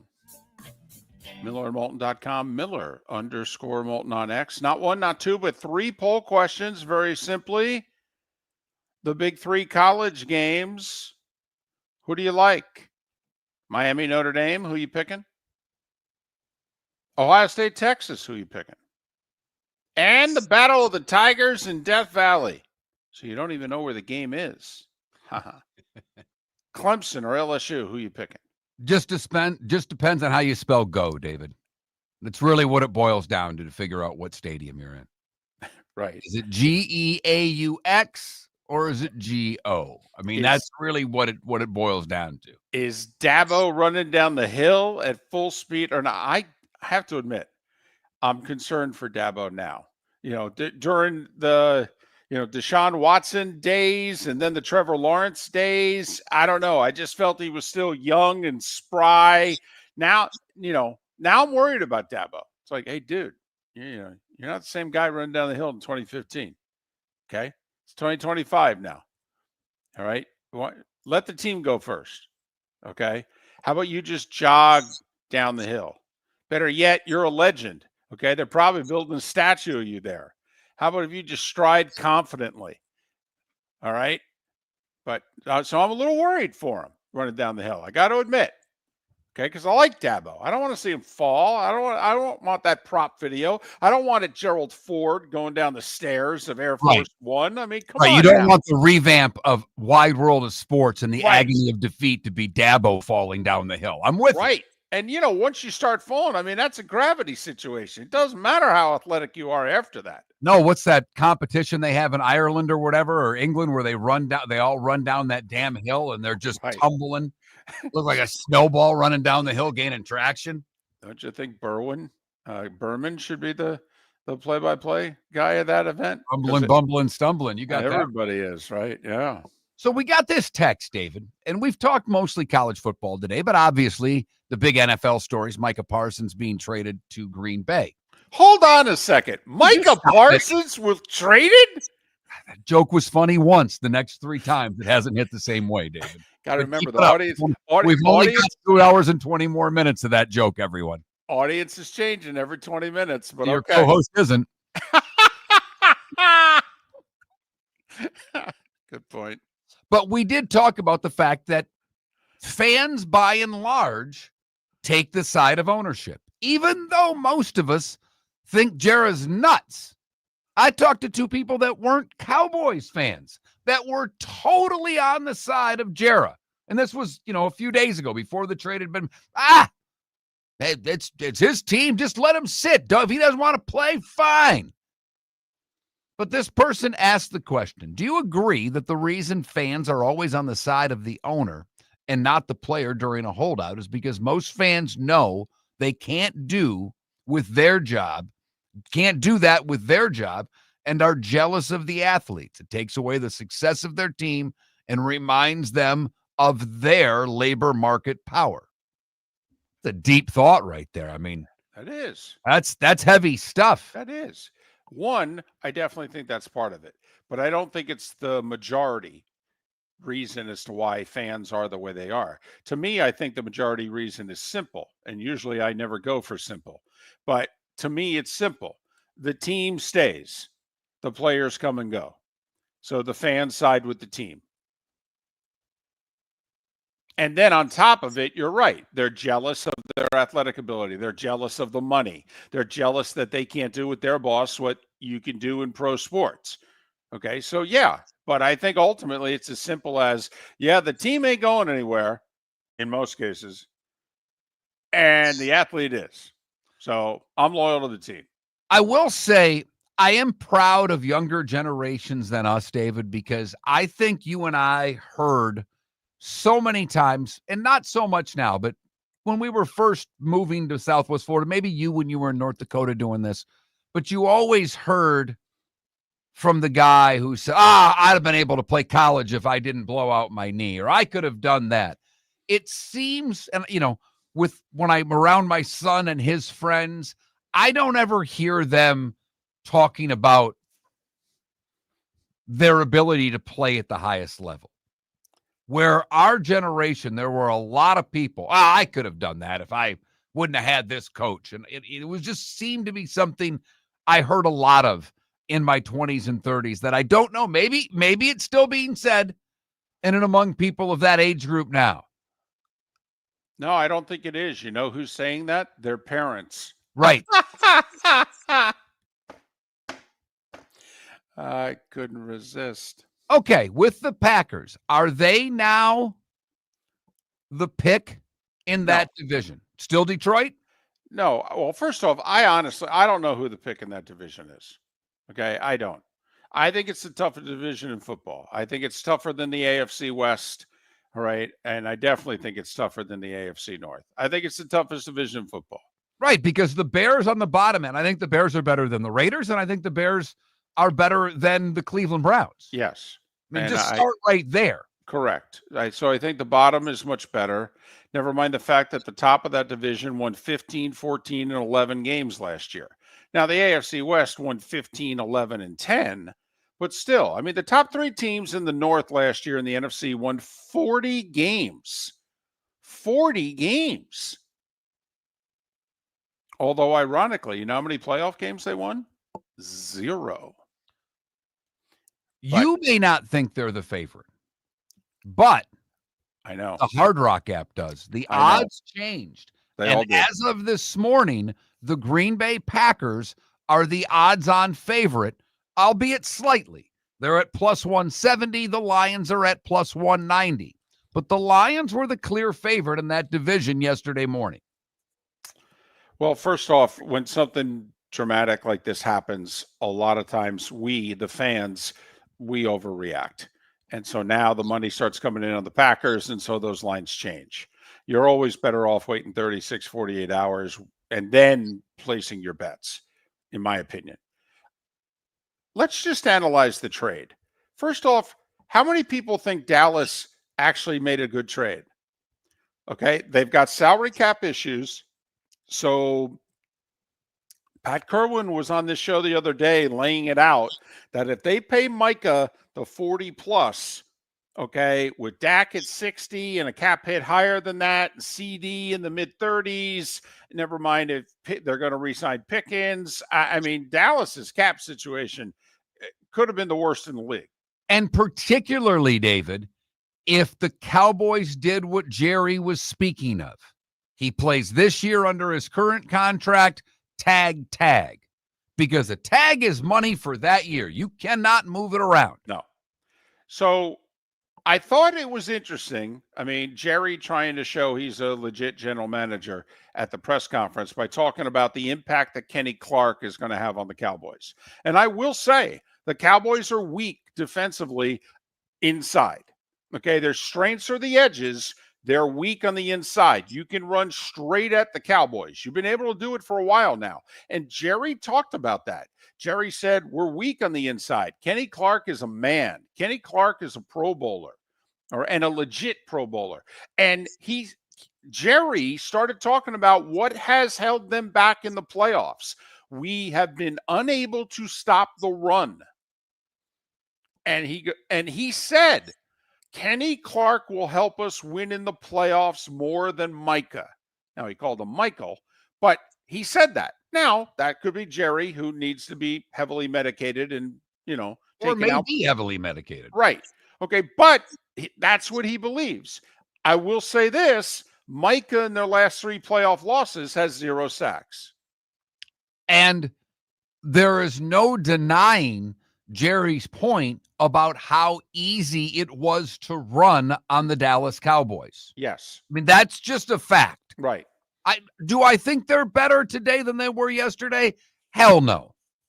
Hell no. You're losing one of the 2 best pass rushers in the game. They don't fall off of trees. You have to get lucky in the draft. I mean, you think about all of the first-round picks for great edge rushers that haven't worked out. They got someone, he's great. They're not better, but because of their cap, that part I understand, and there is no denying that it was easy by the end of the year to run on the Dallas Cowboys. Now, I'll say this, Green Bay, the way they structured Kenny Clark's contract, they gave him a 4-year contract before last season.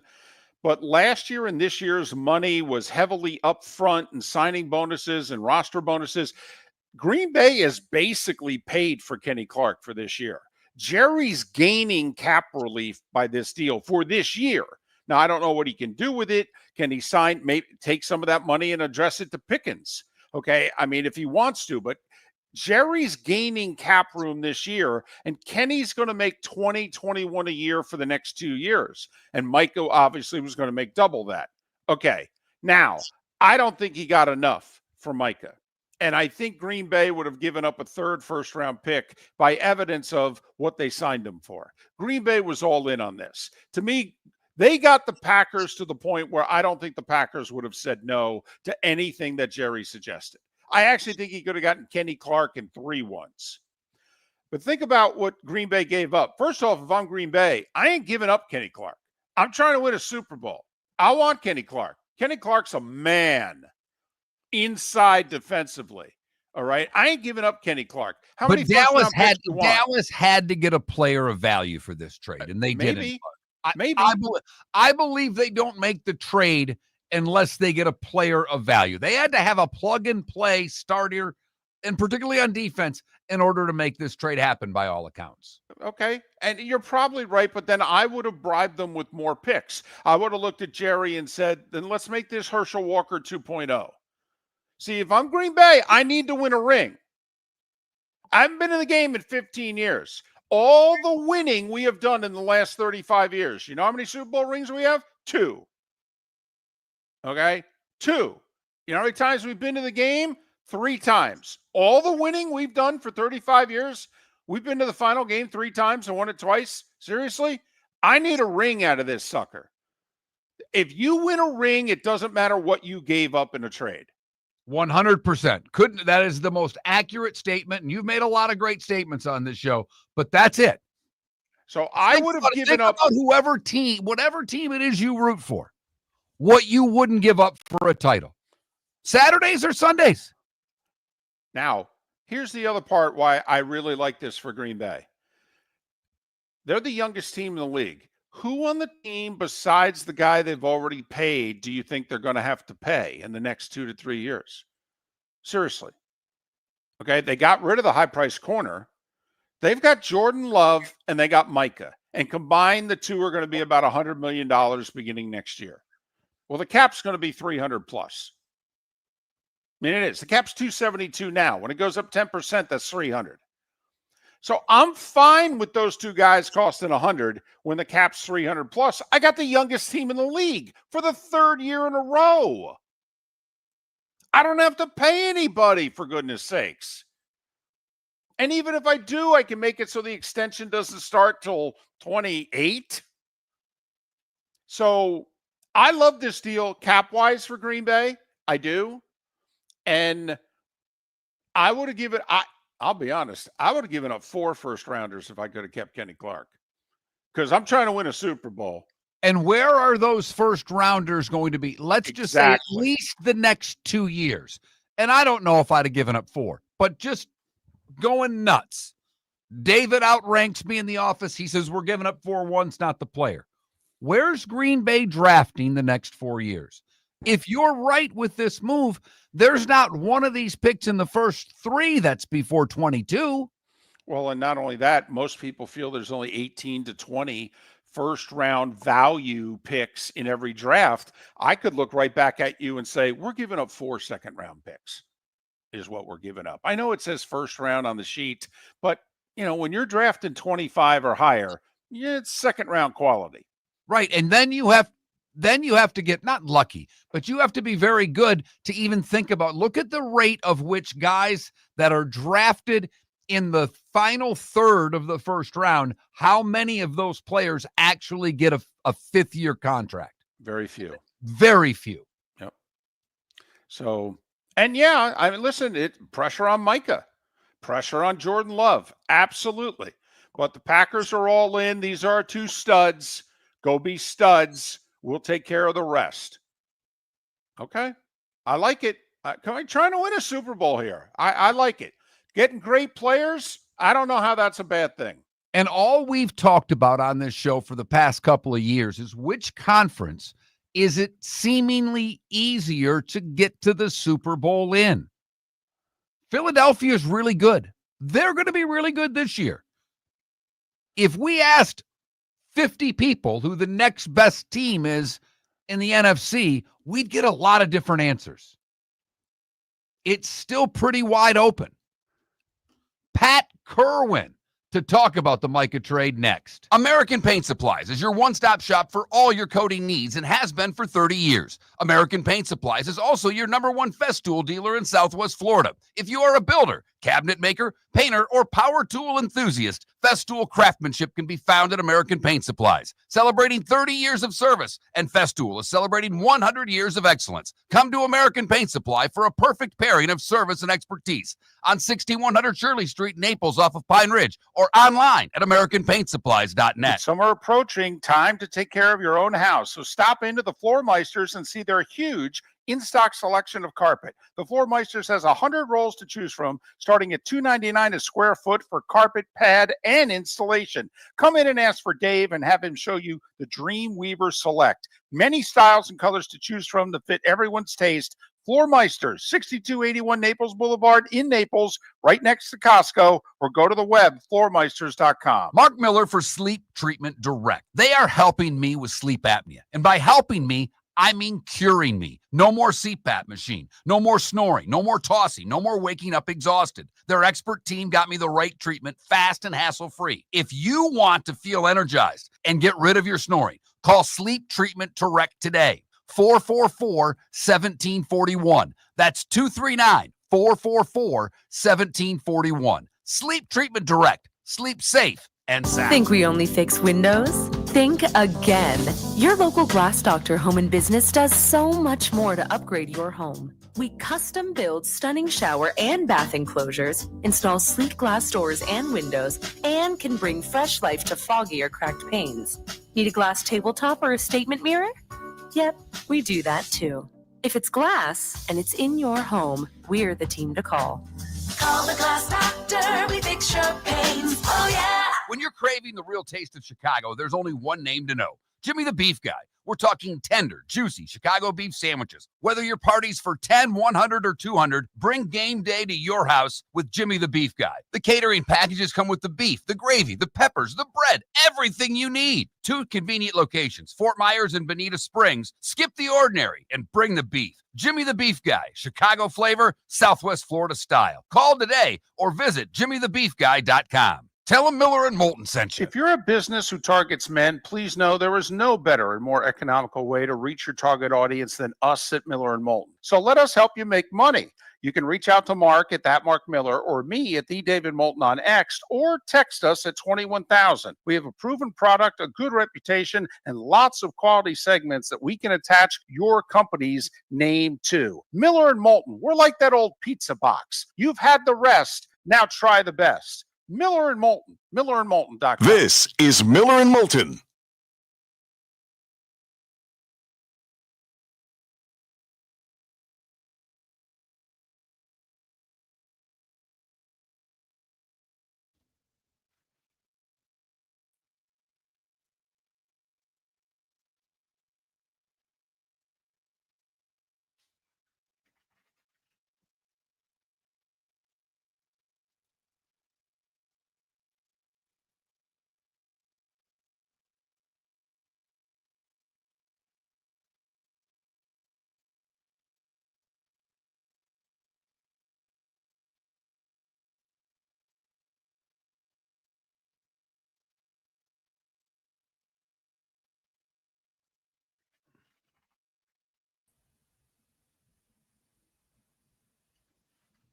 Good morning, Pat. Hey, Mark, how are you, man? I'm all right, man. How you doing? End of the summer, bro. Yep, it's over. Good football last night to watch. Enjoyed that. I couldn't watch. My grandson had a high school game, so I was at that. How lucky am I to be on the radio when the Parsons deal comes in? Unbelievable. I'm so stunned that they didn't get that done. This is so not Jera. Well, I said it on your show. They are up against the wall in the cap, and he admitted that yesterday, and he admitted it this morning. And I went through this with you guys. 2026 was going to rupture, and they were going to be screwed, and he knew it. At least Steven has spelled it out to him. But they were going to be over 50% of the cap with 3 players. You cannot do that. And now he's talking about getting guys. And I'm sure they had to calm him down for him to do this deal, because this is not him. He loves star players. Right. I mean, the odds already changed. Green Bay is now the odds-on favorite to win the division on the betting apps, at least on the betting app that I have. Yeah, all of them. No, I think everyone's jumping on it with enthusiasm, but I'd be real careful. That is still Jordan Love over there. Yeah, unless they change him, I won't be taking the bait on that one. And they got to replace Kenny Clark, which we don't talk about that part. Right now, they have an undrafted second-year player in there. And he's backed up by a college free agent. That's not replacing Kenny Clark. Which is interesting in that division when you're trying to overtake the Lions, who at the end of the day want to do what? Power football and run the ball. And they're going to be here next Sunday, and I'm going to be at that game. Yeah. It's right off the bat, they're going to get tested inside. So it is what it is. But did Jerry learn that not to negotiate with players? And what a bullshit answer he gave. Well, I don't do the negotiating. Someone else does. Let me tell you, Jerry does the negotiations.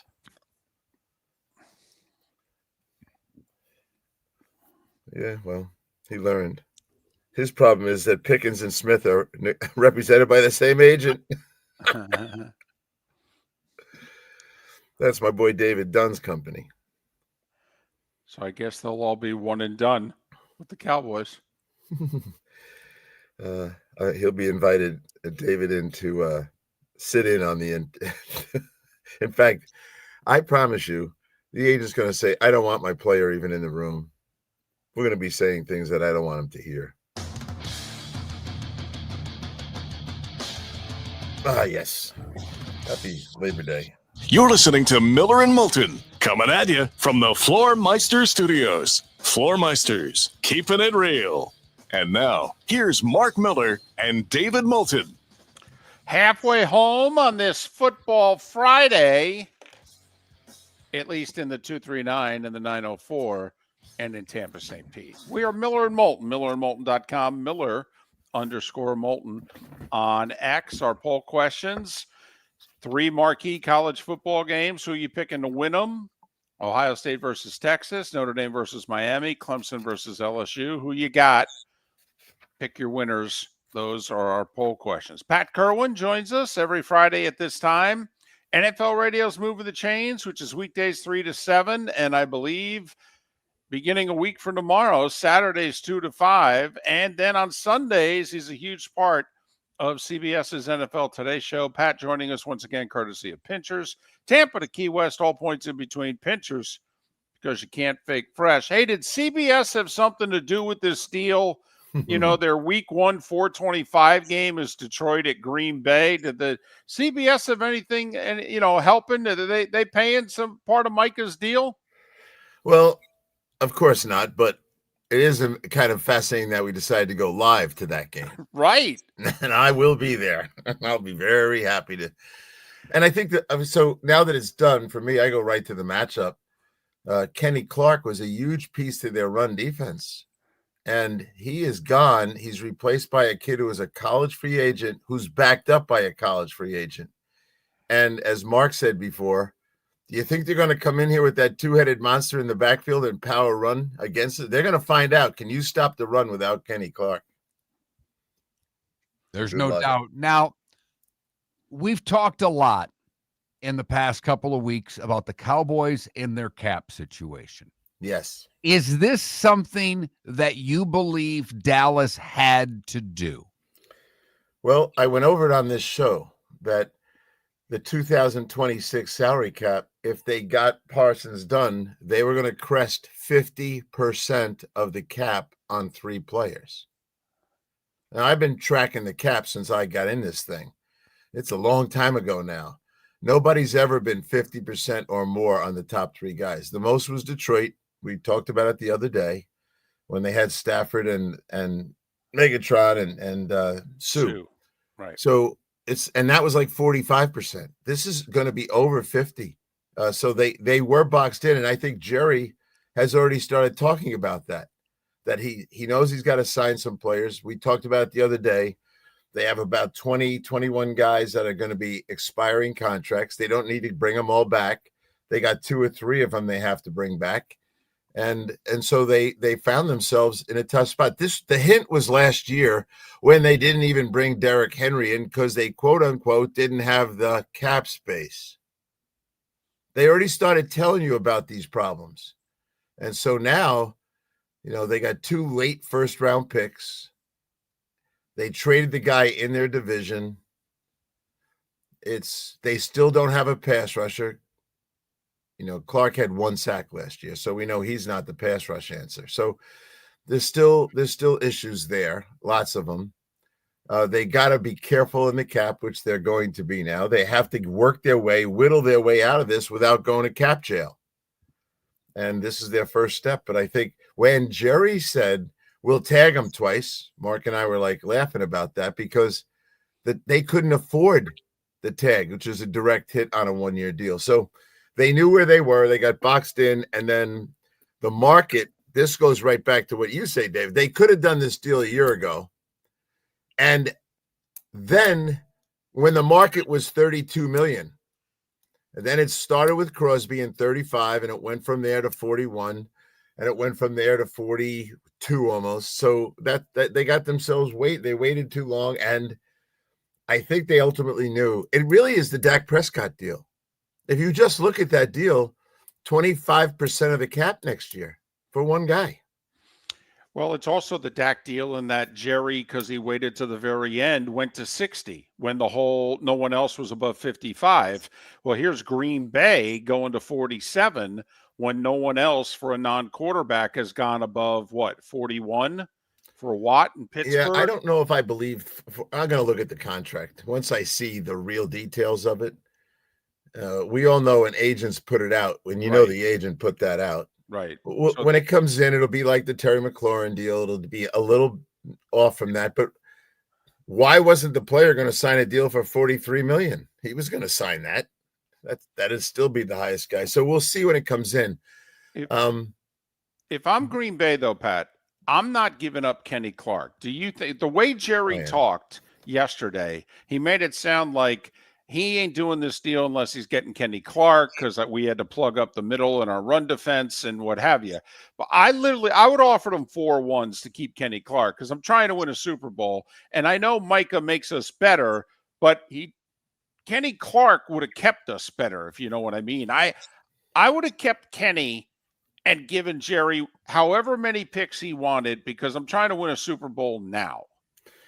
Well, I wish I was negotiating with you. Because if you said whatever I wanted, I would have said 4-1s. We'll start there. To your point, though, I've already said it to Mark when you're waiting to come on the air. The replacement is a college free agent from a year ago. Good young guy.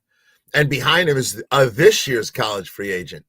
So to me, they better go get themselves an old-time wide body like Linville and put him in there for 15 plays a game, all the first down runs, and get through with that.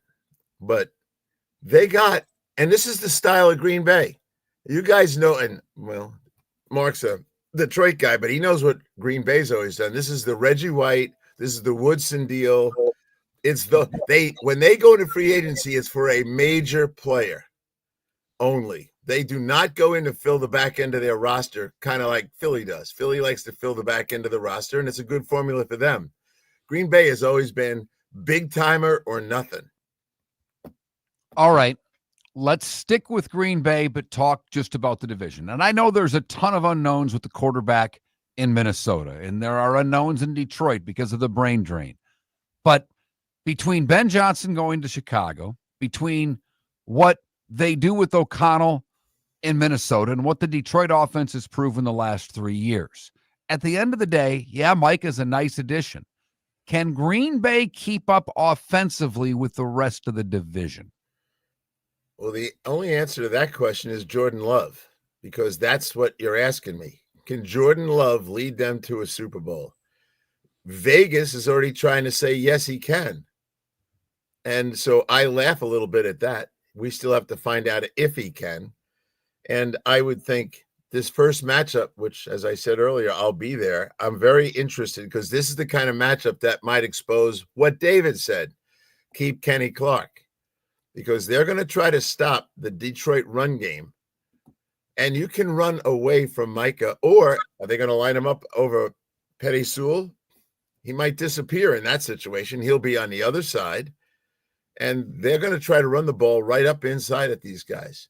Wish Frank Ragnow is still around. So that's I was going to say, think about what each team doesn't bring to the table inside those 2-3 gaps that they brought last year. Green Bay doesn't have Kenny Clark, and Detroit doesn't have their center and left guard.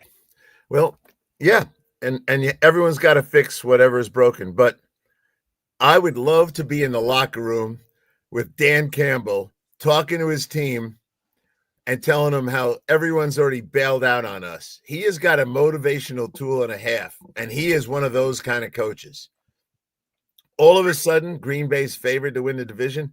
Dan Campbell's 5-1 against Green Bay in the last 6 games.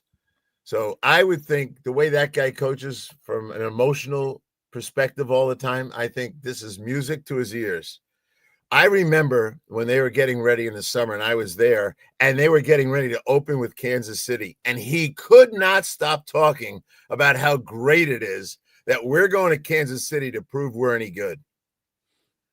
He's going to whip up that old speech, and it's going to be called Green Bay, which ultimately in that division, Mark knows, he's from there. You don't have to say anything to the Lions about playing the Packers. Well, and you don't have to. I really think he's built a mentality there of us against the world, and for a team that's been bad historically as long as they have, it's worked tremendously. He already took a bad preseason and is trying to use that as motivation. Now he has Green Bay as the favorite to use as motivation. So, yeah, for the guy that coaches that way, and Pat, you know this as well as anybody. We love Dan Campbell. We love the way he coaches. When you're the rah-rah guy, you better win early because it falls on deaf ears if you start losing. Yeah, well, he's been winning. He's been proving he's a winner. So will he get by without his coordinators? Heck yeah, he will. He is the commander-in-chief of that offense and defense. And when those guys are slipping, he reels them back in. So he'll be all right. I cannot wait to go see it. Don't know if Detroit's going to win. I'm probably not going to bet against them. I got to pick the division on Monday, and I'll be picking Detroit to win the division. That is Jordan Love. Did Jerry we got about a minute and a half. Did Jerry get enough for Micah? No. I said yesterday to start our show, I kind of knew this was shaking around. I said, the opening bid is 2 number ones and a player, not in your conference. Why would you let that dude stay in the NFC with a game in Dallas coming up? He would have been going to the AFC for me. By the way, are you putting Mike on a pitch count against Detroit? I mean, he obviously hasn't practiced throughout the preseason. Is this 100% you go, or is he on a pitch count for game 1? His back is fine. 188 will make Toyota back. That's all. No. They all say pitch count because it sounds reasonable and proper. And then the game starts, and here's how it really goes. Hey, Micah, how you feeling? Good, coach. You think you can keep going? Yeah. Okay, get out there. He'll play 50 plays. I'm just thinking, what would Buffalo have given up for Micah if they were given a chance? I know they're strapped cap-wise for this year, but tell me they wouldn't have gotten staggeringly created to add him to what they have. Yeah. And so the picks will be about the same, right? Buffalo late in the first round. Yep. Green Bay late in the first round. Then it's the player. So let's take the same formula. They would have given up that inside defensive tackle. That's what they would have had to give up. And they got one. Hey, what's it say about, did all this problem start from Mozzie Smith not being much more than a bust? Well, there's a lot of that they can go back and look at. They're not exactly the best drafters. Okay. So that's why they needed more picks than just 2. He's Pat Kirwan. NFL Radio's Moving the Chains, CBS's NFL Today show. Joining us on the American Paint Supplies hotline, courtesy of Pinchers. Tampa to Key West, all points in between. Pinchers, because you can't fake fresh. The rest of the NFL, less than a week before the opener, coming up. If you're a business who targets men, please know there is no better and more economical way to reach your target audience than us at Miller & Moulton. So let us help you make money. You can reach out to Mark at that Mark Miller or me at the David Moulton on X, or text us at 21,000. We have a proven product, a good reputation, and lots of quality segments that we can attach your company's name to. Miller & Moulton, we're like that old pizza box. You've had the rest, now try the best. Miller & Moulton, millerandmoulton.com. Whether you're chasing peak performance, reigniting intimacy, or simply want to feel your best, Game Day Men's Health creates customized game plans to optimize your health. Call 239-427-3441 for our Bonita Springs and Naples location to set up your free testosterone test and consultation. Mention Miller Moulton Radio Show for 10% off your service. Find your maximum self with Game Day Men's Health, Bonita Springs and Naples, Florida. Call 239-427-3441 today. With summer approaching, time to take care of your own house. So stop into the Floor Meisters and see their huge in-stock selection of carpet. The Floor Meisters has 100 rolls to choose from, starting at $2.99 a square foot for carpet, pad, and installation. Come in and ask for Dave and have him show you the Dream Weaver Select. Many styles and colors to choose from to fit everyone's taste. Floor Meisters, 6281 Naples Boulevard in Naples, right next to Costco, or go to the web, floormeisters.com. American Paint Supplies, for nearly 30 years, is your one-stop shop for all your coating needs. If you are a designer, a contractor, a professional painter, or a weekend warrior, American Paint Supplies is the place where experts go to get expert solutions. At 6100 Shirley Street in Naples off of Pine Ridge, American Paint Supplies delivers the best solutions with the best products with the best support. Meet Gene and his team today at American Paint Supplies. Call 239-566-2700. That's 566-2700 or online at AmericanPaintSupplies.net. This is Miller and Moulton.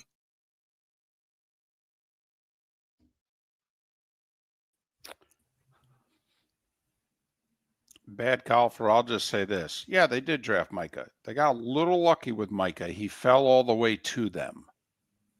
Okay. And then they jumped up and they got him. But yes, give him credit for that. I do think, though, if you look, particularly their Friday draft record, bad golfer, is not good. They've had a lot of misses. They've done okay in the first round.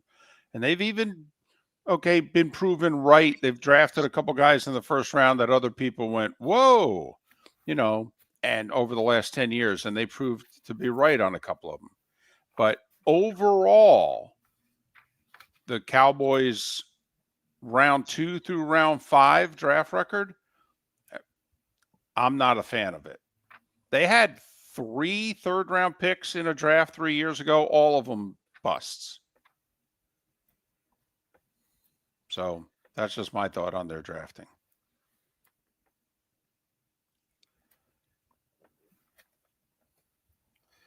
Well, I wonder the teams in the division are happy.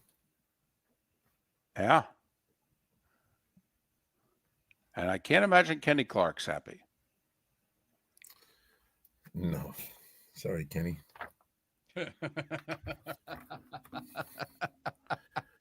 I thought everyone wanted to play for the Star. Right. Kenny's going to be 30 in October. Yeah. Now, but as a run stuffer in the middle, I think he'll age. I think he'll be fine for the contract. Yeah. This year and 2 more. I don't know how much he'll have after that, but I think Kenny will be fine for the contract. Yep, I agree. But he is what he is. Yes, exactly. He's going to get you 1, 2, or 3 sacks. He's going to make about 40 tackles. He's tough and reliable. But is he dynamic? He's not Chris Jones. He's not going to be like that. Isn't he Vita Vea? No. He plays at like 305, 308 pounds. Vita Vea is like, wow. You must double team that guy. It's moving a wall. Yeah, he is 350. And he knows how to make you double team him. He slides right in, grabs the center by one hand, the guard by the other, and just stands there. He is something, that guy. He's a throwback.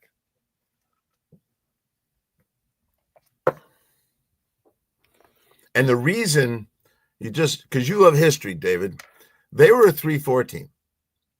Yeah. The BC coach goes in there. He looks at the personnel and says, we got one gap penetrators. There's quickness to Kenny. So they were just switched to a 4-3 defense. And now he's going to be a shaded nose, which is a 1 technique. And they were going to be one gap penetrators. And you don't really want big, bulky guys for that. You want quickness. Dallas has a problem with interior run defense. Right. Well, that's what Jerry said he was addressing. People have run it down our throats in the playoffs. When he said Kenny Clark will help us in the playoffs more than Micah. Damn. Well, damn. He didn't say that earlier. No.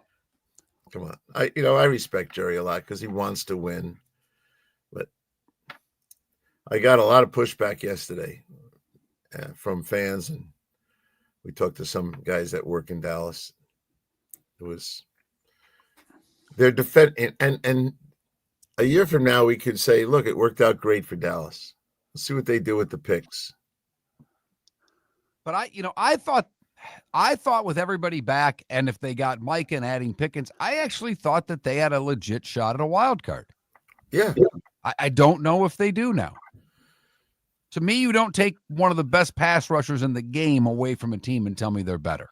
Well, they don't have anyone, literally, they don't have anyone. They'll say it's Fowler that you can slot, that protection's going to. Right.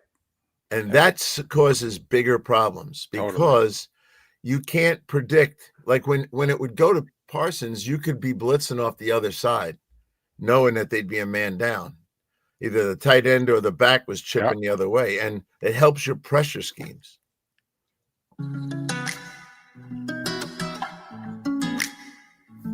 Welcome back to Miller and Moulton. Text the guys what's in your mind at 21,000. That's 21000. And now, here's David Moulton. Our remaining moments with Pat Kirwan on this Football Friday. Thanks so much for being with us. Pat joining us on the American Paint Supplies Hotline, your one-stop shop for all your coating needs. So, is Green Bay, before we move on, right now, Green Bay the best team in that division, or is it still Detroit? They've won it 2 in a row. I think it's Detroit because I start with the quarterback. And we're going to be doing matchups and picking games and all that stuff next week. So the first thing is who's got the best quarterback on the field? I'll take Goff over Love. And then who's got the best defense? And Hutchinson's back. And I know you studied this, David. You go back and look at Hutchinson's production before he got hurt. He was on path for like a crazy season, 20 sacks, things like that. And his hits on the quarterback, he might have had 60 of them. So I'll stick with them for now. I would just caution everybody. Remember, Hutchinson, I think, had 5 in that one game, which blew those numbers up a little bit. All right, I want to talk a little bit about the Atlanta Falcons and what you've been hearing in the offseason. As you know, I've said it a million times, I'm high on the Bucs, but Atlanta swept them last year. What are you hearing about Penix, where he's at right now? They've got a great running back. They got a nice receiver. They've never used the tight end the right way. They think they're better on defense. What do you think about the Atlanta Falcons heading into the season? Well, I was there, so I got a chance to see who they think they are. And the sweep of Tampa Bay was Kirk Cousins all the way. He threw for over 700 yards in the 2 games, and I think 8 or 9 touchdowns. So I'll ask you, Mark, do you think Penix can match the production of Cousins against Tampa Bay? No. Me either. That's the first one. Then you got a left-handed quarterback, and you just lost your right tackle and the backup right tackle. Bingo. That's another problem that's staring them in the face. Number 3, which may not be a problem, is you're asking a bunch of kids to rush the passer. I don't know if they're one-trick ponies yet. I don't know if they've got counter moves that are going to help them get to the quarterback. I like that they went and loaded up on these guys, especially the Tennessee guy. When I was at practice, he was the one that had the savvy pass rush skills. The Georgia kid looks to me like he might land up as an inside linebacker. He's a physical, tough guy and a power rush player. But that's the kid from Tennessee, Pierce. He had all the stuff you look for. Speed to power, power to speed. You name it, he's got it. And if they can motivate him, he'll be fine. But so young kid rushers, a real right tackle problem, and a young quarterback against Tampa Bay, which leads me to this first week. You guys, I don't think we should have 8 division games week 1. Last year, I think we had 4. What are we doing with 8 division games week 1? It's overkill. And the second week, we have 6 more, 14 division games to start the year. We don't need that much to sell the NFL on the opening weekend. I agree with that statement wholeheartedly. I don't know about you, David. I love the division matchups, but to Pat's point, week 1, you don't need that in the NFL. We've been chomping at the bit since February. No, it is interesting. Just look at the first game of the year. 2 years ago, the league was like, listen, we could put anybody up against the Chiefs. Okay, we're going to get our $25 million. It doesn't matter. And they put Detroit up against them, coming off a 9-8 season. And, the Lions had no marketability at that point. And we all know how well the game did. Now, Detroit turned out to be really good. But now look at what they're doing. Okay, now they're starting with the Cowboys and the defending Super Bowl champs on opening night. I mean, it is as if the league, Park Avenue, has decided we need to go the rivalry division route early. I mean, it's great for the fans, but it's not necessarily great for the networks because that's a lot less good games later on in the year. Yeah, that's my point. And 14 of them in 2 weeks. We'll be covering this weekly, and somewhere along the line, Mark will say, Pat, here's the week we were worried about. Look at this schedule. And David, there's always that college week before rivalry week, and there's usually one other that just are duds. Yep. And the NFL will have that problem over the course of the season. All right, you answered a little bit about Atlanta, but with what happened in Dallas, David and I think Washington takes a step back. Is that trade even make it more simple for the Eagles to win that division? Yeah, I think all of us were picking the Eagles to win the division as it was, and it got easier. To me, I think this helps Washington because I kind of felt like you guys, you get rid of the running back. That was odd, to say the least. And I thought that when they lost Fowler back to the Cowboys, I thought that's a 10.5 sack guy. What are you doing? And I started to think this may not look as good. I think the quarterback will be fine. I don't think he's having a sophomore slump. He's too good. But I think this helps Washington stay in strong contention for a wild card. And we'll have fun talking about this today or next Tuesday. But the NFC 3 wild card teams, I'm down to 6. How bad is that? I got to pick 3 of 6. Well, I'm curious. Are the Bears in the mix? Are the Bears and Cowboys in the mix or no? No. Okay, interesting. The Bears are in the mix for last in the division against no one else. Okay. Caleb. You're not a believer. We know that. Okay. He's got to prove it. Yeah, no doubt. He's got to prove it to his new coach. Listen, that deal they gave the backup, that to me was them also saying, hey, we have no problem turning it over to you if this kid flames out. We didn't draft, or Ben Johnson will be like, I had nothing to do with this kid. Hey, Tyson Bagent is a really good player. They did that because they knew the second he was free, he was gone. Yeah. His speech was awesome about his dad having no running water in the house. Tears in his eyes. It was beautiful to see. His dad was the national, you guys know that, national arm wrestling champ. And by the way, which one of those guys by personality fits Chicago? That's Tyson the most obvious question ever. Yep. That fan base will run. If this goes badly, they'll take Johnson's side. They will run him out of town like they run every other quarterback out of town, Pat. Yep, I agree. It's getting to that point. Now, in Carolina, I talked to the guys who covered that team, and they use this expression. Not that no one cares about Carolina right now, but they said it's a make or break season for the quarterback. Those are the kind of words I hear in New York. Why did they trade Thielen? If it's a make or break year, why did they trade Thielen? Well, David and I have had this discussion before, and it's like the kid needs the guy who had the most touchdowns, 5. That was the most he threw, and it was to him. And when everyone likes to talk about late in the season, Carolina started showing you how good they were. Well, that's when Thielen was going crazy. Exactly. He came back for the final 6 games of the year. He averaged 6 catches a game. He caught 4 touchdowns in those 6 games, 14 yards a catch. Pretty good for a 34-year-old possession receiver. Yep. Great move for Minnesota. He's the 2 until Addison gets back. Then he's the 3. When Addison and Justin are on the field, do you think anyone's even covering Thielen? He might catch 9 a game for like 10 yards a catch because they're going to play off-rolled coverage away from him all the time. Well, the other thing is I think T.J. Hawkinson's going to have a monster year. Monster. That kid's used to throwing to the tight end. It's the offense he ran in college. I think Hawkinson has 100 catches. Yeah. Here's a question for you, Mark. Would you have made Cam Ward a captain? Why would I put that kind of pressure on him?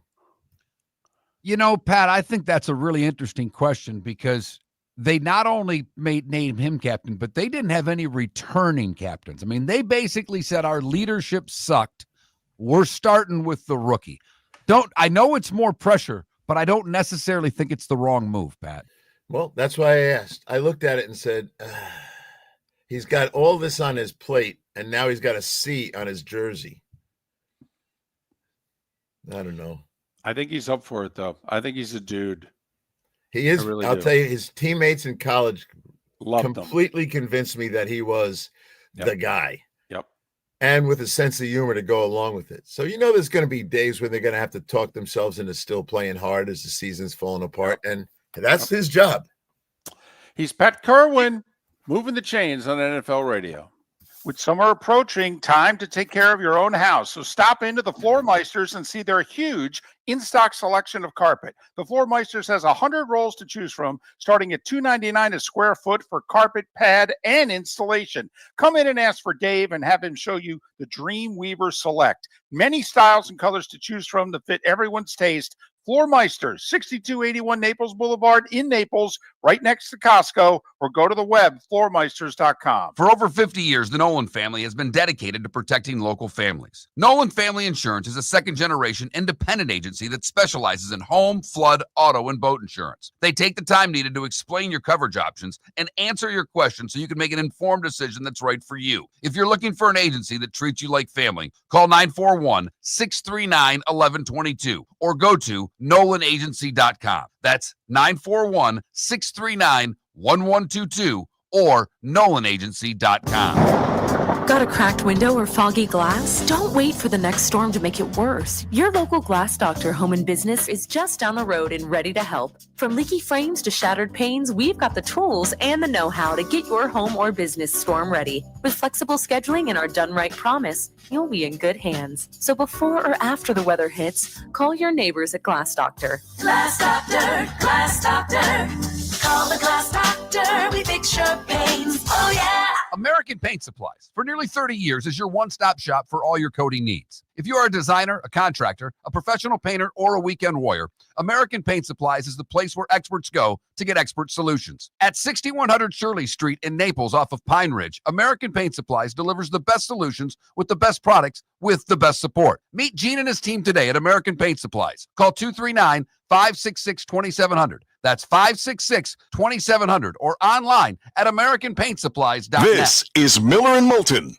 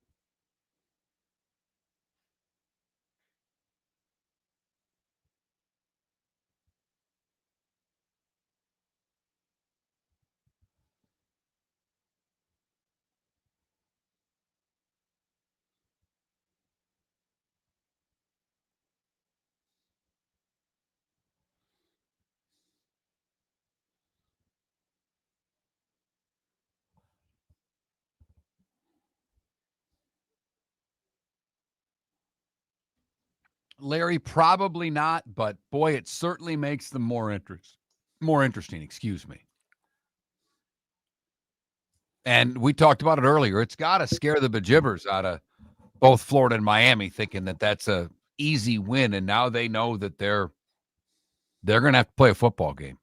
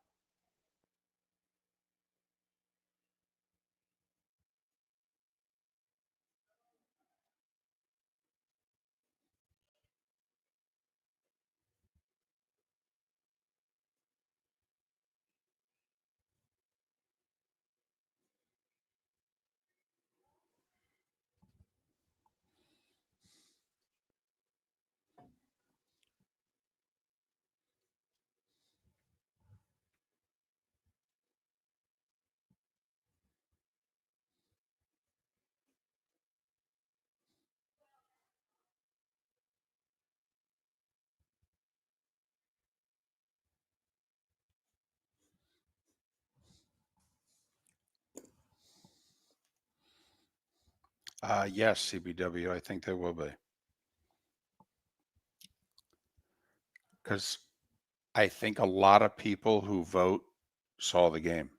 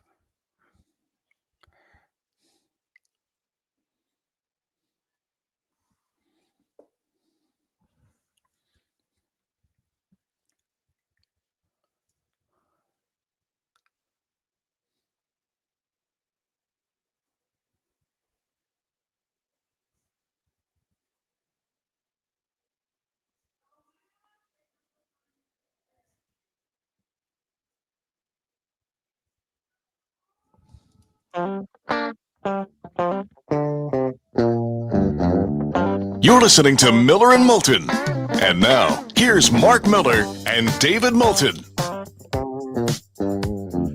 22 minutes till the top of the hour. Miller and Moulton, MillerandMoulton.com, Miller_Moulton on X, a Football Friday. Football Friday. College season off to a terrific start. There's been 21 games. A couple of nationally televised ones have provided straight up upsets. Got some marquee games this weekend, a massive NFL trade a week before the season gets underway. I don't know. I think the football world is poised for great things. Hope it delivers. And I think it will. And how do you define delivering? A bunch of chaos at the end of the year? And I would say no, and that's great. Give me the great games. Give me games that come down to the end. Give me what happened with Cincinnati and Nebraska last night. Give me what happened with East Carolina and NC State last night. And South Florida pounding Boise was fun. But as David said earlier in the show, when they scored on the fake punt, that game was over. Yeah. Over. 17-7, and you kind of thought, I don't think Boise's recovering from this one. Because they haven't done much in about an hour and a half. After that early drive, they weren't doing much. We put 3 poll questions up today, basically asking you who you think straight up are going to win the big 3 college football games. And it's pretty decisive, David. The closest vote is in the Clemson-LSU game, where Clemson's getting 61% of the vote. Huh. Texas getting 69% of the vote, and Notre Dame getting 70% of the vote. Interesting. I agree with all three. I voted that way in all of them. I think you did as well, David, because I know we both picked. In fact, you picked all three. You had all three in your big five plays, plus an over-under in Notre Dame. Yeah, I'm betting the under 49.5. It's going to be a monsoon. I don't know how much throwing there's going to be. First off, Miami's wide receivers could be the weakest unit, certainly on the offense, maybe on the team. And Notre Dame's got a kid making his first start, and their strength is their offensive line and their running back. So I'm going to go out on a limb and say in a monsoon, they're going to run the ball a lot. And Miami lost all of their receivers, but none of them made it to the NFL. When we had Joe Zagakian, he wondered what a drop-off it would be in receivers with all the players they lost. But Joe is a glass-half-full guy when it comes to the Canes. David, we haven't talked about this much, if at all, this week. We've talked about it before, but tomorrow is the end of an era. Lee Corso is going to put on the headgear for the final time. Yep. And to a lot of people, maybe that show jumped the shark a little bit. I thought life came back into that show with Pat McAfee being at it. I think Nick Saban does a tremendous job. But for a lot of folks, it's all they've known. Well, here's one of the things that I found interesting. We leave the hotels to go to the stadium pretty much at high noon Eastern every game. So whether we're in the Eastern time zone, Central time zone, Western time zone, whatever, we basically leave at high noon. And obviously, game day goes right up until high noon. I cannot tell you how many times the driver's ready, the police for the police escort are ready. And let me just explain something to you quickly. There may be nothing cooler on the planet. And I'm not messing around. I have been lucky enough to do a lot of cool crap. I really have. I'll put the police escort up to and from the stadium as some of the coolest you-know-what you've ever seen. Done it at a few places. Been lucky enough to be with David at a couple of places when that's happened.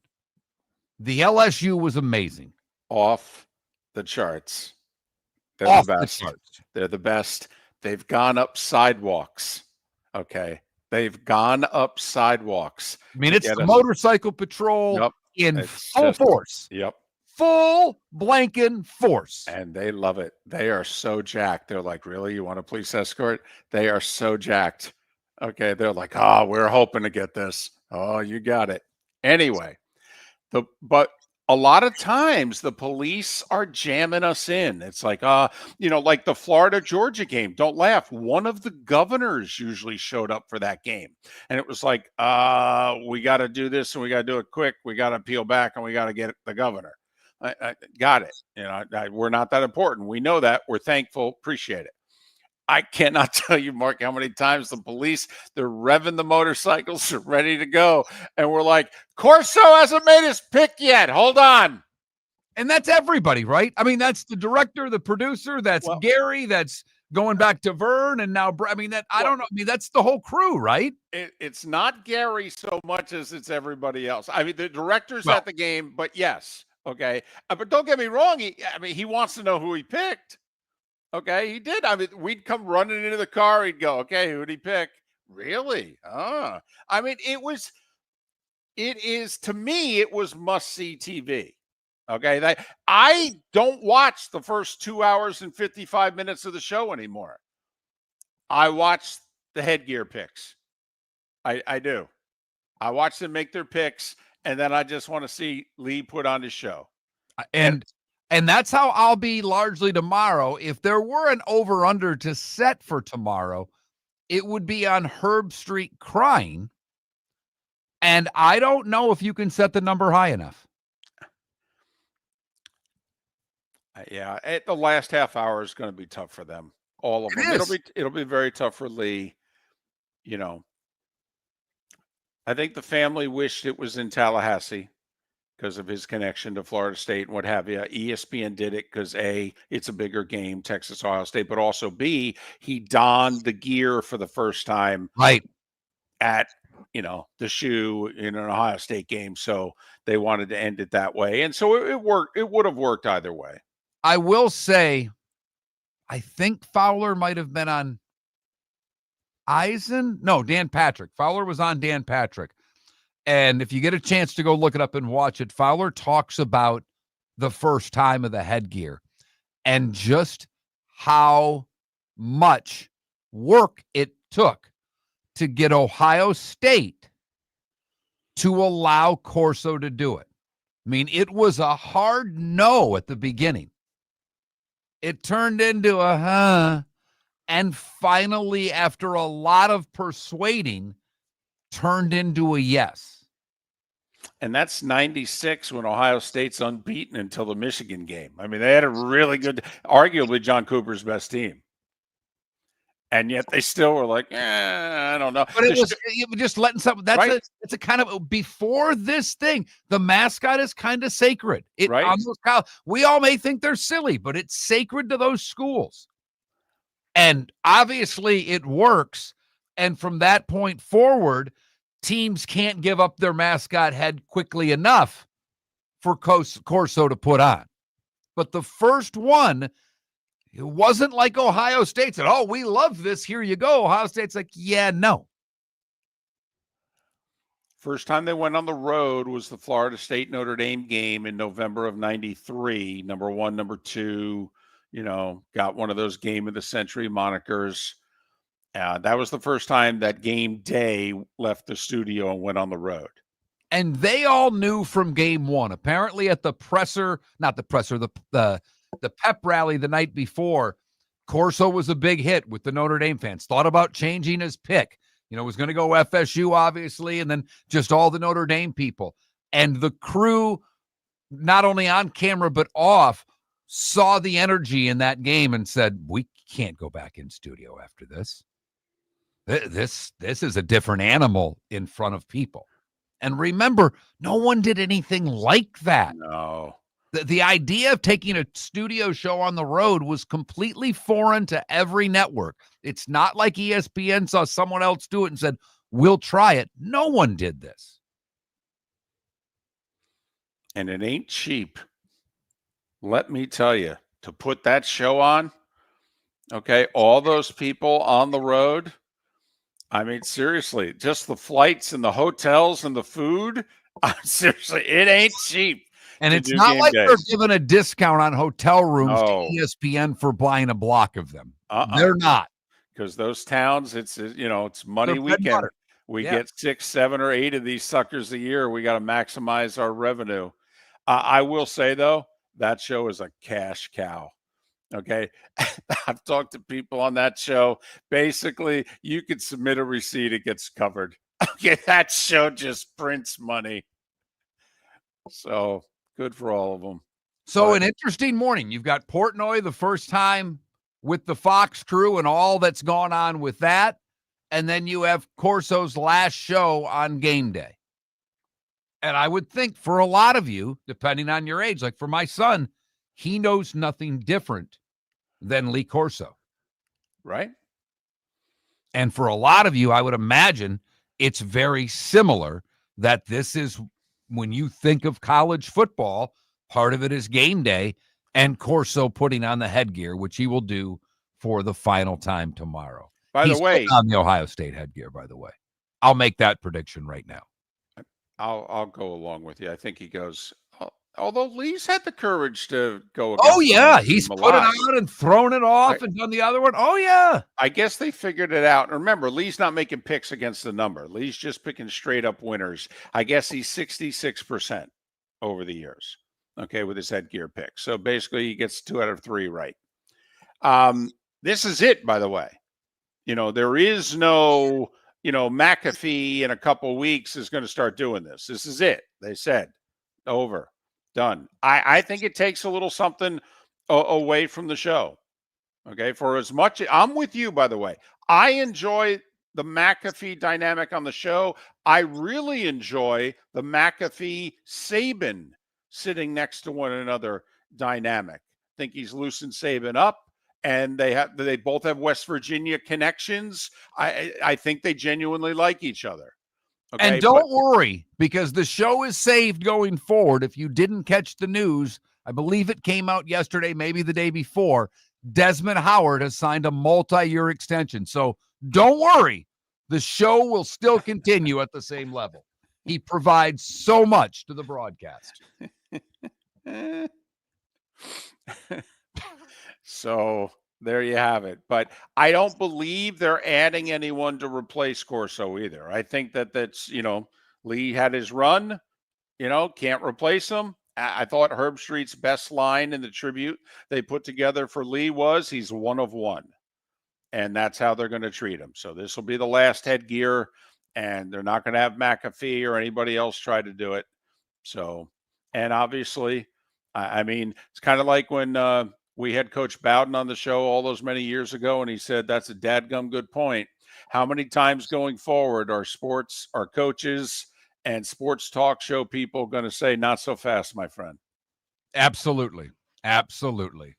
Lee is and was great. And, you start seeing some of the old videos. He was, as a lot of them, and Herb Street said he was McAfee before McAfee. Oh, yeah. Yeah. And he was the energy to that show. Absolutely. Yeah, he carried it. He was really, because Fowler is, who he is. He's a standard, stereotypical anchor, and he's very good at it. And so is Reese Davis. They're both excellent at what they do, but they're not the energy. No. They're driving the bus. Right. But no, Corso was the energy. Brando, I thought, was funny on our show. Was it last week or the week before? Last week, I believe, in which he said that, they were interviewing other guys, and he was talking to all of them going, you don't really want this. You want to get back into coaching, right? I mean, this isn't for you. All the travel. It was Pepper Johnson who was doing the circuit and making money speaking. And Lee was all over him going, this is every week. You're going to have to take a pay cut. I mean, come on, to do this job. Pepper Rogers. You want to get back into coaching. You don't really want to do this, do you? But and Tim Brando did talk about it, that Corso said to him right from the beginning, I'm going to be the Dickie V of college football. Week 1 doing that show, that's what he said. That's what he thought. It's what he believed, and he very much ended up being that. And I think Corso's, obviously had the stroke and those things, but Corso never had maybe the downside that fans got on Vital with. That for whatever reason, we started frowning on Berman as he got older. And we started frowning on Vital as we got older when they were doing the same thing. And all of a sudden we decided we didn't like it anymore. Never felt that way about Corso. I think there were people that were worried after the stroke and he struggled to get back to form. But I never felt like people started taking shots at Corso the way they did at Dickie V and Berman towards the end. I think the stroke played into that because I believe the stroke was 16 years ago when he was in his mid-70s. So I think we were all just thankful that he was recovering and doing better most years. So hats off to Lee Corso. Not so fast, my friend. Mark Miller for Sleep Treatment Direct. They are helping me with sleep apnea. And by helping me, I mean curing me. No more CPAP machine. No more snoring. No more tossing. No more waking up exhausted. Their expert team got me the right treatment fast and hassle-free. If you want to feel energized and get rid of your snoring, call Sleep Treatment Direct today. 444-1741. That's 239-444-1741. Sleep Treatment Direct. Sleep safe and sound. Defining a new era in men's health. Get stronger and healthier at Game Day Men's Health. With our in-house laboratory, get in, get treated, and get back to your passion and purpose. Call 239-427-3441 for our Bonita Springs or Naples location to set up your free testosterone test and consultation. Mention Miller Moulton Radio Show for a 10% discount on your service. Start living your best with Game Day Men's Health. Bonita Springs, and Naples. Call 239-427-3441 today. American Paint Supplies, for nearly 30 years, is your one-stop shop for all your coating needs. If you are a designer, a contractor, a professional painter, or a weekend warrior, American Paint Supplies is the place where experts go to get expert solutions. At 6100 Shirley Street in Naples off of Pine Ridge, American Paint Supplies delivers the best solutions with the best products with the best support. Meet Gene and his team today at American Paint Supplies. Call 239-566-2700. That's 566-2700 or online at AmericanPaintSupplies.net. With summer approaching, time to take care of your own house. So stop into the Floor Meisters and see their huge in-stock selection of carpet. The Floor Meisters has 100 rolls to choose from, starting at $2.99 a square foot for carpet, pad, and installation. Come in and ask for Dave and have him show you the Dream Weaver Select. Many styles and colors to choose from that fit everyone's taste. Floor Meisters, 6281 Naples Boulevard in Naples, right next to Costco, or go to the web, floormeisters.com. When Glass Doctor replaces your windshield, we don't just send you on your way, we send you off protected. Your local Glass Doctor includes the industry's only 12-month windshield protection plan at no extra cost. That means unlimited chip repairs and even a one-time replacement if needed. High-quality service backed by real peace of mind, right here in your neighborhood. Glass Doctor, Glass Doctor. Call the Glass Doctor, we fix your pains. Oh, yeah. Exclusions apply. See your local Glass Doctor for details. Shoeless Joe Sports Cafe is where your fantasy football draft should be. Free private rooms, Wi-Fi, plus food and drink specials. In August, Shoeless has bingo and trivia Tuesdays and Thursdays with your chance to win free wings and beer for a year. Fridays, live music on the deck. Saturdays, karaoke on the deck. Plus daily meal specials like Wednesdays, $6 wings and half-price pizza. Watch all your baseball and football at Shoeless Joe's, your home for good food, good times, and good sports in the Bell Tower Shops, Fort Myers. This is Miller and Moulton.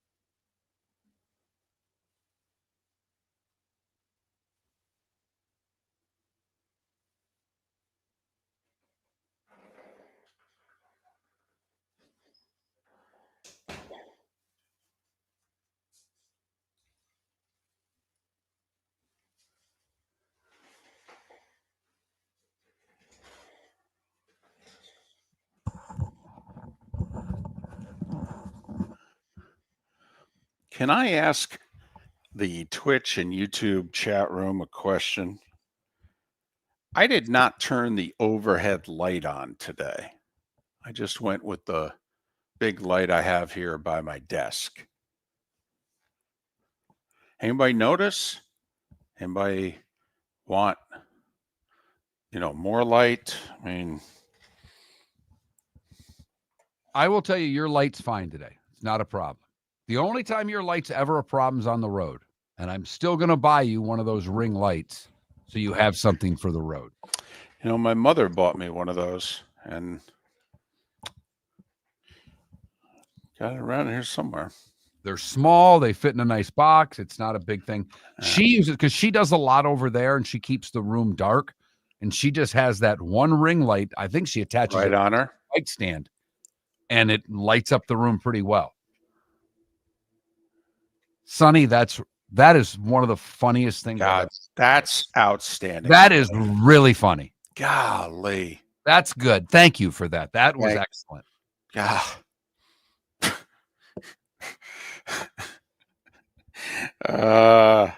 That's now see, that's why That's why we keep it around right there. There's no doubt, fam. On the road, sometimes there's no overhead lighting. No, I look like I'm reporting on a war overseas. Yes.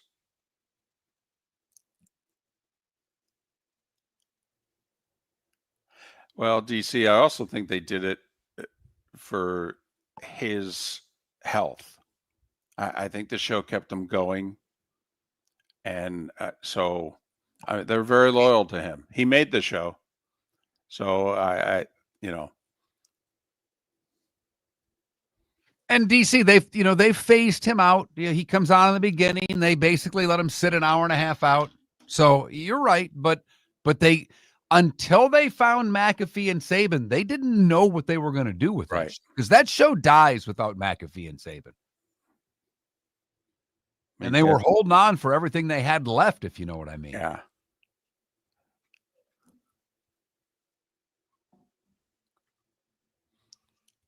I mean, that show had what? Desmond Howard, David Pollock. Right.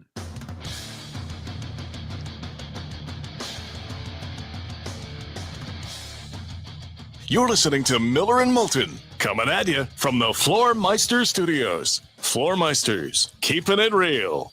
And now, here's Mark Miller and David Moulton. It is the bonus hour on this Football Friday. Football Friday. Jacksonville, Tampa, St. Pete, Southwest Florida. Final Friday of August. Thanks so much for being with us. Miller and Moulton, millerandmoulton.com, Miller_Moulton on X. 3 poll questions, but they're all simple. Picking winners. Arguably the 3 marquee games of the weekend. Notre Dame, Miami, Ohio State, Texas, Clemson, LSU. Who you like? You got Notre Dame, 2.5-point favorite. Ohio State, anywhere from a 1.5 to 2.5-point favorite, depending on where you look. And Clemson, 4.5-point favorite, depending on where you look. Clemson and LSU, the closest vote we have. The That's biggest spread, the closest vote. Yeah, I find that interesting. Because I've sensed and I don't know if it's because we have a decent amount of Notre Dame fans that listen. And by the way, isn't it funny how Notre Dame fans have a negative feeling about Brian Kelly? Okay, which I find not as absurd as the Gator fan who still has the negative feelings towards Urban Meyer. That you and I were on from the very beginning. I'm sorry. We're going to take that. We're going to lambaste you till the final moments of this show's history about Gator fans who have a negative opinion about Urban Meyer. You guys are nuts. Okay, nuts. All right. In the last 20 years, what do you have if not the Urban era? Please stop it already. Give it up. He should be in their Ring of Honor, whatever. All right. But anyway, Notre Dame fans having a bad opinion about Brian Kelly. He took you to the playoff 3 times last decade. A lot easier to have a negative thought about a coach when the person that you replace them with appears to be it. And everything he's not, young, looks like, better looking guy. I mean, everything about it. Carries himself better. Better speaker in public. Everything about it is better. I get it. Right. Looks like which one would you rather have the proverbial beer with? Marcus Freeman. I get it. But you guys do talk about Brian Kelly like he couldn't suck enough. I mean, I don't know. There's a few eras we could talk about there after Lou Holtz and in between Holtz and Brian Kelly. Do you want us to go down that and road? Before Holtz, right. And so, you sure he's terrible? I mean, at least with the Gators, since they're mad because the program's never been at that level again, and they blame him for how he left it. I'll at least cut them a little bit of slack there because he quit on him the last year. We know that. Oh, yeah. Yeah. He shouldn't have come back for 2010. When he quit the first time, he needed to stay quit. And all right. And I am convinced of this, and goodness knows Urban's a liar. I mean, Urban lies more than he tells the truth. But, okay, I don't think Urban was coming back to coaching anytime soon, if not at all. But then the Ohio State job opened up. to me, there were only two jobs he would consider: Ohio State, Notre Dame. Brian Kelly had just been hired at Notre Dame, so that wasn't going to open up for a while. And who the hell thought in the spring of 2010 that Jim Tressel's days were numbered at Ohio State? But a big weekend of college football, the big three games we've already made our picks on. David picked him as part of his picks against the number. Right. He's got Notre Dame. He's got Clemson. He's got Texas. I agree with him on every one of those. Two I put my name on. I did not bet the Notre Dame-Miami game. I do find the point that you made to Pat Kirwan when we were talking about Cam Ward being the guy, and you said, come on, he's a dude. He's a leader. It might be the biggest drop-off point for Miami. I think Beck can play. I think he can throw the ball. I think he is a good, solid quarterback. He ain't a leader. Guys don't gravitate toward him. No, it is funny. I mean, he played pretty decent football at Georgia, right? They were fine with him leaving. Fine. Like, you need help moving? Right. We don't know where you're going, but you need help packing that thing up. We can help you. Now, part of that was the price tag that it was going to cost to keep him, that they just looked at it and said, no, thank you. And it's not like they don't have the money at Georgia. Right. But they were fine. Absolutely fine with Beck walking out the door. I'm trying to figure out where, and we're going to get one, David. I mean, we literally had a couple last night. Cincinnati nearly pulled off an upset. ECU nearly pulled off an upset. Hell, Jacksonville State nearly pulled off the upset. Fourth quarter lead in Orlando. Yikes. Ohio nearly beat Rutgers. I know. It was not a good night for the Big Ten, by the way. They didn't cover a game against far less superior opponents. The MAC didn't get a win against them, but they got a whole bunch of covers. So where does the upset come? As I am wearing my new Spartan shirt that I got for my birthday, is it Western Michigan? Does Bucky Bronco take down Sparty tonight? It's like 20.5. But there's an upset coming this weekend. I'm just trying to figure out where it is. Is it Syracuse? Somehow, some way against Tennessee? Could Florida State take out Alabama? I mean, week one always gives us one, David. I know. I don't think so. And I don't have a lot of faith in this program, and I haven't for a while. But Virginia Tech against South Carolina, only for this reason. Now, obviously, South Carolina's got the quarterback. I do like Beamer a lot as coach. That's got to frost the Hokie fan base, right? Yes. That Beamer's kids at South Carolina, yes. That's got to frost them. But from what I've been told by others, because I'm not going to pretend as if I know the trenches for Virginia Tech and South Carolina, but that apparently Virginia Tech can hang with South Carolina up front. That's what I've been told. Now, Mark, if you can hang with somebody up front, you can beat them. You're right. If you're getting beat up front, it's very difficult to win. You need turnovers and huge, plays and things like that. So that's what I'm curious about. Plus, for a team that's been middle of the road at best in the ACC, facing a South Carolina team ranked in the top 15, and that game's in Columbia, isn't it? It is. By the way, one of the unsung great atmospheres in college football. It really is. Awesome. They think that they're undefeated every year, no matter what their record is. Yes. It is a great place to watch a college football game at. And the 30 minutes before kickoff, I'll put it right up there with anything, anywhere. It's awesome.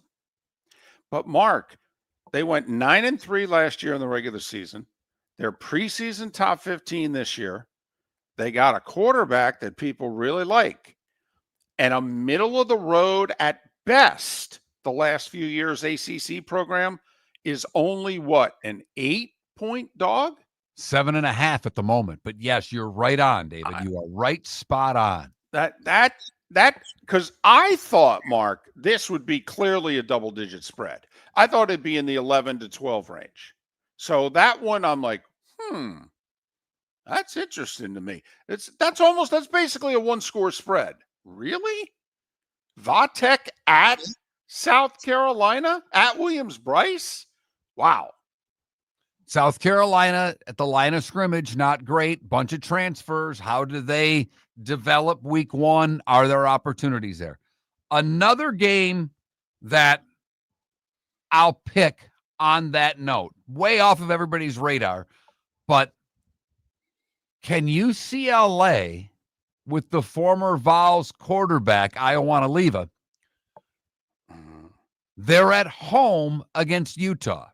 Utah's a 5.5-point favorite.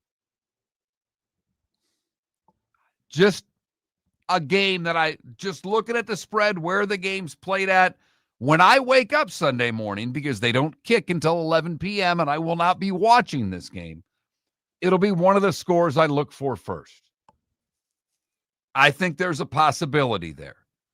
But trying to figure out and find the upset when a lot of these teams are playing really bad opponents, where there are spreads, in the high 20s to, I think there's a 50-point spread for one of the ranked teams this week.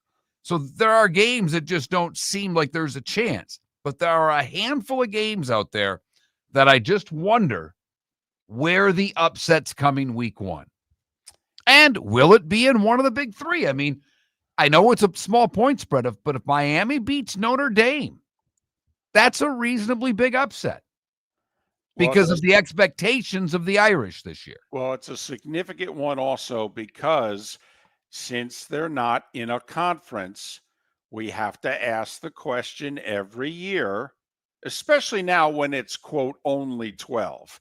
If it goes 16 or more, then you start bringing 9 and 3 into the equation for everybody. But if Notre Dame were to get beat Sunday night, how many more losses can they afford with it being 12 and make the playoff? Just do the math. If the Big Two get 4 each, even if the ACC and the Big 12 only get 1 each, Group of 5 gets 1, that's 11. And now Notre Dame will have lost to an ACC school. So can they make the argument they deserve the second bid, if you will, even though they're not in the conference, but play 5 conference opponents? And Clemson, if they lose, there's an obvious path for Clemson to get to the playoff, win the ACC. Right. Really and truly. I mean, Clemson, if they lose, in fact, if Notre Dame loses, you just talked about their playoff chances. Miami, they have the ACC. But Clemson's thought of as the far superior team in that conference. But if LSU loses, they still play Florida, at Mississippi, South Carolina, A&M, at Alabama, and at Oklahoma. If Brian Kelly loses another season opener, just how difficult is it for LSU to make it to the playoff? By the way, does LSU have a harder schedule than Florida? Ooh. Florida's got Texas and Georgia. Okay. It's up there, though. If you're a business who targets men, please know there is no better and more economical way to reach your target audience than us at Miller & Moulton. So let us help you make money. You can reach out to Mark at that Mark Miller or me at the David Moulton on X, or text us at 21,000. We have a proven product, a good reputation, and lots of quality segments that we can attach your company's name to. Miller & Moulton, we're like that old pizza box. You've had the rest, now try the best. Miller and Moulton. MillerandMoulton.com. American Paint Supplies, for nearly 30 years, is your one-stop shop for all your coating needs. If you are a designer, a contractor, a professional painter, or a weekend warrior, American Paint Supplies is the place where experts go to get expert solutions. At 6100 Shirley Street in Naples off of Pine Ridge, American Paint Supplies delivers the best solutions with the best products with the best support. Meet Gene and his team today at American Paint Supplies. Call 239-566-2700. That's 566-2700 or online at AmericanPaintSupplies.net.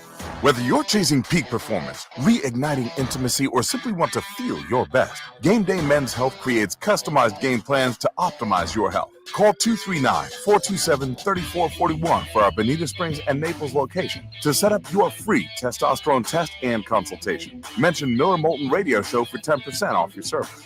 Find your maximum self with Game Day Men's Health, Bonita Springs and Naples, Florida. Call 239-427-3441 today. Think we only fix windows? Think again. Your local Glass Doctor Home and Business does so much more to upgrade your home. We custom build stunning shower and bath enclosures, install sleek glass doors and windows, and can bring fresh life to foggy or cracked panes. Need a glass tabletop or a statement mirror? Yep, we do that too. If it's glass and it's in your home, we're the team to call. Call the Glass Doctor, we fix your pains. Oh yeah. This is Miller and Moulton.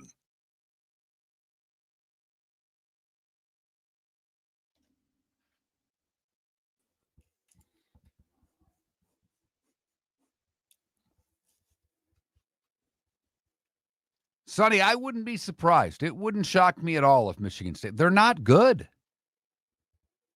Now, I don't know what's expected out of Western this year in the mighty, mighty MAC. Let's take a look. I've not really looked at the MAC once. And Western is picked 9th out of 13. So Sparty should be able to win.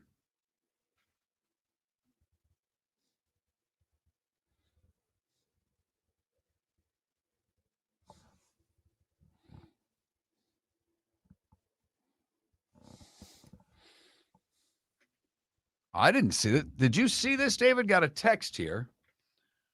Clemson's beat writer brought to light that LSU starting safety played for Houston last year and got ejected in the second half of the last game for fighting and will now be suspended for the first half of tomorrow's game. Flew under the radar until this beat writer brought it up and reported it to Clemson. A.J. Halsey is the player's name. I had not heard that at all. Yeah, I'm not a fan of that rule.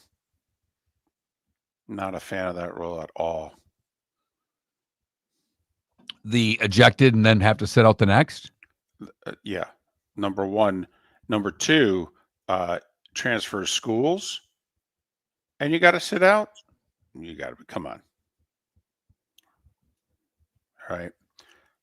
Hey, 15 Deadstroke, will they really lose their mind? And I'm being serious. Kentucky, will they really lose their mind now? If they lost to Toledo in hoop, then they would lose their mind. So I think they might be upset, but I don't think they'd lose their minds, if you know what I mean. I think they'd go, I guess we're going to get a new football coach.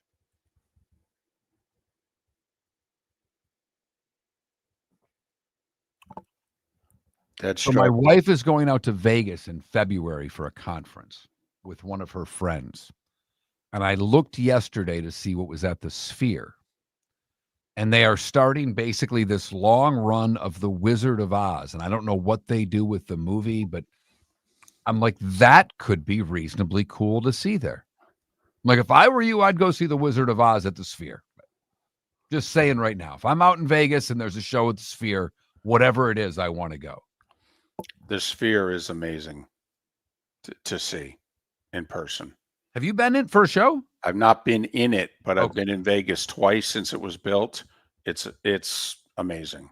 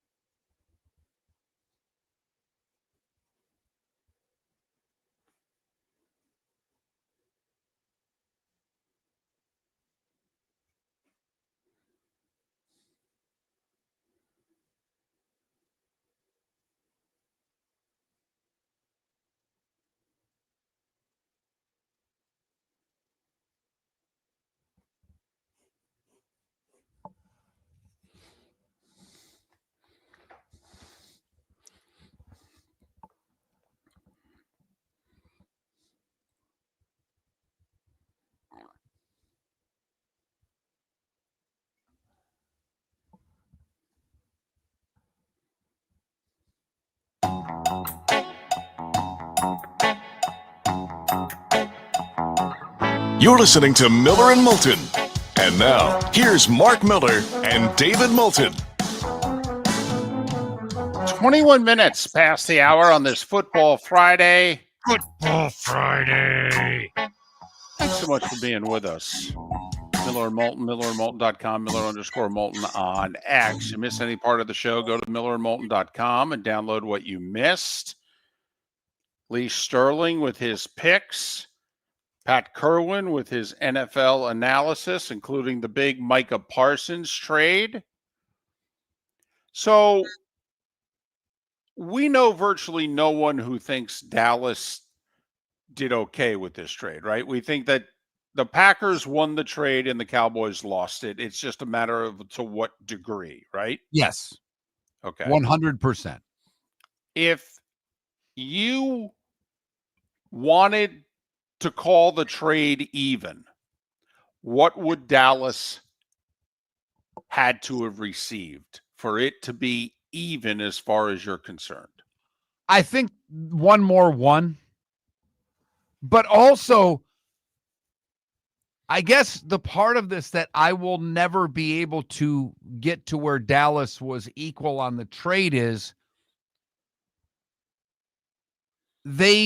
and Jerry goes to the presser talking about how they're better for the playoffs. Right. If Jerry would have gone up and said, we have put ourselves in a spot with the salary cap. We couldn't afford Micah long-term. And if we did so, we would have had to have traded or gotten rid of or whatever. The fabrication that he tries to give us that he's always right is hilarious because they're not really ready for a rebuild. So they're kind of in that NFL purgatory. So I don't know how getting rid of your best defensive player can ever be a win for you. The reason why I hate the deal for the Cowboys is not because, they gave up the best asset. It's because Jerry and I just look at his team and see a totally different team. You are optimistic about the Cowboys. You were before yesterday. I was. I thought Right. I liked the fact that they addressed their offensive line in the draft. I thought that they would be improved. They get Pickens. Right. I don't think they run the ball all that well, but with Dak back, I thought that was a competent offense, maybe above average offense. Right. You looked at the Cowboys and said they have big play capabilities on defense because they can rush the passer. They have aggressive corners so they can force turnovers. And yeah, there'll be a one-dimensional offense, but that one dimension can be pretty damn good. You looked at them and thought, I could see 10 wins in a wild card. I thought they were a wild card team when I woke up yesterday morning. I have trouble with that now. And I looked at the Cowboys yesterday morning and thought that I don't know if they're going to finish ahead of the Giants. So that's how down on the Cowboys I am. I don't like the interior of both lines of scrimmage. Now, yeah, are they better now defensively inside with Kenny Clark? Sure. But Kenny is what he is. He's a road grader. He's a run stuffer. He's a one-gap plugger. Now don't get me wrong. They need him. In fact, they need one more. But if you had Kenny Clark with Micah Parsons and Dante Fowler Jr., okay, now we're talking. So that's my problem with this for Jera. That's why, to me, I'm putting them up for auction, and I'm not interested in players unless they're 25. Because I don't think we're going to be good this year. And with our cap situation, I don't know if we're re-signing Pickens. I don't know if we're re-signing that other guy on defense. Fowler's on a one-year deal. I don't know how good we're going to be next year, to be brutally honest with you. And Dak can't complain because I paid him, and CD can't complain because I paid him, and they'll get their yards and what have you. But I don't know how good we're going to be. So that's why, to me, this deal's awful for Dallas. After you gave me one gap plugger, all I've been doing is singing Steve Miller's The Joker in my head. I'm a smoker. I'm a toker. I'm a one gap Plugger. Nice. Sorry, so I didn't catch all of what you said there. I understand. I was singing a new Weird Al song in my head. Okay. I do agree. I do agree with you that they're not better today than they were yesterday. There's just no way you can get me to now next year. Maybe this works. Maybe. But how much luck do you need to get an edge rusher like Parsons in the draft? Well, hell, think about the track record of all GMs, not just Dallas. I'm not even going to pick on Dallas because I don't think they've drafted as poorly as you did, but I don't even care. Just look at the history of success in the first round. Then look at history of success in the first round after pick 10. It's difficult. And they had an elite, young, stud pass rusher. To flip it to the Dolphins. If the Dolphins are going to exceed our expectations, we're not very high on the Dolphins. But if they do it, we both know the way that they do it. They've brought in a pass rush. They can disrupt the other team with their front four or front seven, or however you want to look at it. They're good there. They have an element that makes them difficult to play against. Where's the element of the Dallas defense, David, that's difficult to play against? Nothing. Nothing. I mean, Dante Fowler's a good player. Kenny Clark's a good player. The corners can make some plays. The corners can also be beaten. I mean, he's 12, 13 sacks a year. He is. He's done it 4 straight years. I'm not speculating here. There's only one other player in the league, first 4 years in the league, had 12 or more sacks every year. His name's Reggie White. Yeah, I know 17 games, they pass more now. Yeah, fine. Throw water on that stat as much as you want. He's a dude, man. They don't have any other dudes on defense. No, they don't. Grade it, though. The proverbial, we're both writers. It's got to appear in the paper the next day. It's Packers, an F, David. It's an F. It is a failing grade. The Cowboys believe that they are in win now mode. I don't give a damn what the rest of us think. They believe they're in win now mode. How does this help them win now? Okay. I mean, I would have given it a D, but wow. Okay. You come over the top. I can handle that. Packers grade. At worst, an A-. They're all in. And I know you don't like them giving up Clark, but they gave up 2 1s. Those are going to be both picks in the 20s. They now have an elite pass rusher in a division that can score points. Now they have someone that can get after the quarterback. It's very difficult to find the dimension that Micah brings to a defense. You can find run stuffing interior defensive linemen. In fact, the Jets just gave up 6th and 7th round draft picks in their next 2 drafts to get 2 such guys to plug in the middle of their defense to help Quinnen Williams out so he doesn't have to be on the field defending the run so much because he's not particularly good at it. So, also, can they during the season, can they 6 weeks in go, these 2 young guys, they ain't getting the job done. We got to go, give up a 5th rounder and, take somebody's veteran defensive tackle off their hands. Adam's a loyal listener and saying RIP to the Lions for our former producer, Trent. Pat Kirwan still likes the Lions. And if you believe Pat, then go bet the Lions now to win the division because their odds got better. Green Bay is now the odds-on favorite to win the NFC North. You're going to get the best number you've had all year on Detroit to win the division. Not saying that they're going to. We haven't made our NFL picks yet. But Pat Kirwan on the show, he still believes the Lions will win the North. This does put more pressure on Jordan Love because now he knows the team is looking at him saying, dude, we're all in. You're the quarterback. The other 2 times, receiver. Right. Drafted a receiver in the first round and got Micah Parsons. Hello.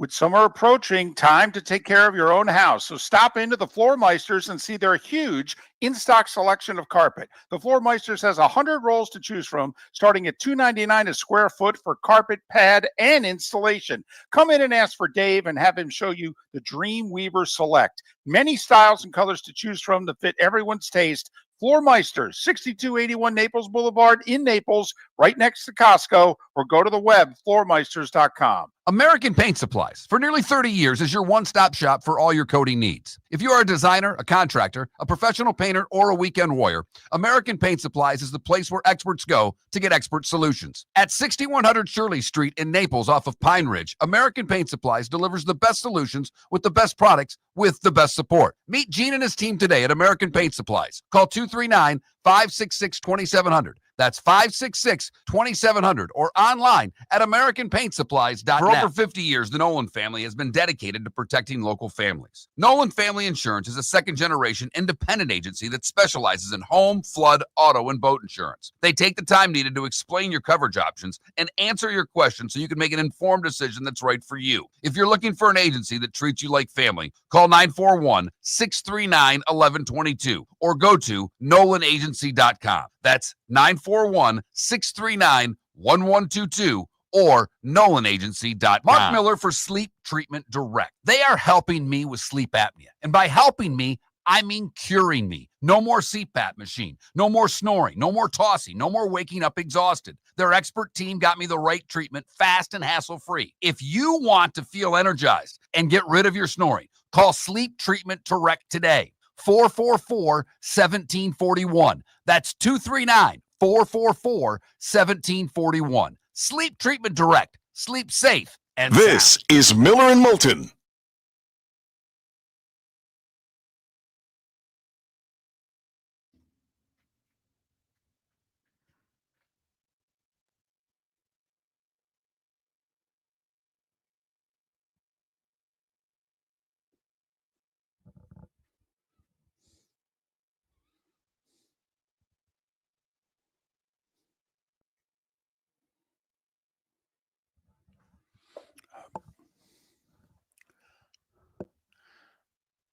You and I haven't talked about this off air. I don't know if it's worthy of mentioning on air, but did you see the announcement out of Atlanta yesterday? The Atlanta Journal-Constitution, Oh, yeah, digital only. beginning next year. Yeah. Another big paper bites the dust. Do you know when their first printed edition was? Deadstroke, yes. Hot Jardinera is spicy hot. The AJC, I mean, David, I would think it's been printing since the 30s. I mean, I don't know. How about Earlier? just after the Civil War, like 1868? Wow. Oh, it's 157 years. They said And they've been planning for it. You know that apparently many more people take their product in online than in print, and blah blah blah. And whew, that's a top 12 paper in America right there. And Deadstroke, if you don't like spicy, get the sweet peppers. That would be my recommendation. If you like spicy, their Jardinera is outstanding. Like I get it, and I'm going to get a little sweat on my brow while I'm eating that. That's what I'm looking for. The same way with the wing. I want a little head sweat going on. Oh, Adam, I know all the reasons. We all know the reasons. But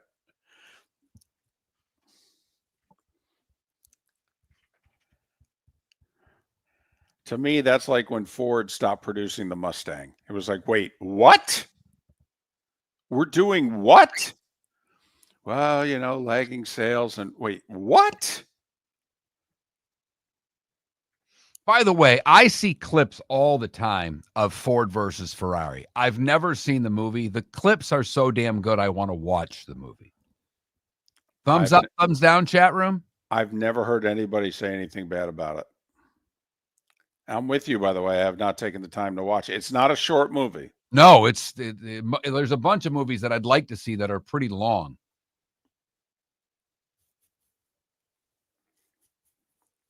I don't know. I mean, Logic Man, where first off, it's not if it's $18, that's the most expensive sandwich they have. Where are you getting stuff cheaper? That's good. I'm being serious. Everybody bitches about everything's expensive.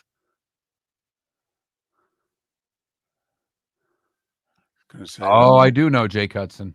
I do. We're going to get to that momentarily.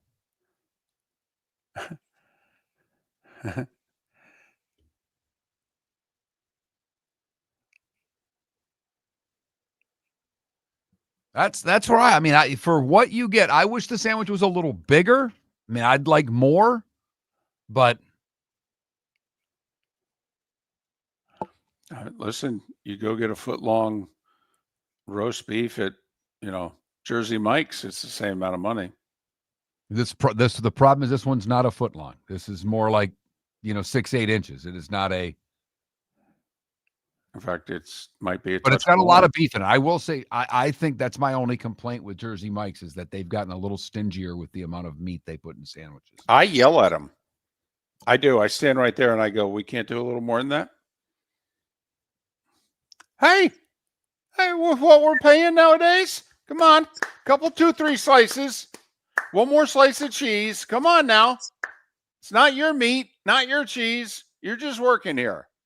Logic Man, then you tell me where you get a good sandwich for the price. And I'm being serious. Like, you want to go to the chain there that does Chicago beef? They're not any bigger, and they're charging $14 because it's not $18 for a Chicago beef. It's not. I think it was $13 or $15. I was just there the other day, and I don't get anything free. I pay for all my crap.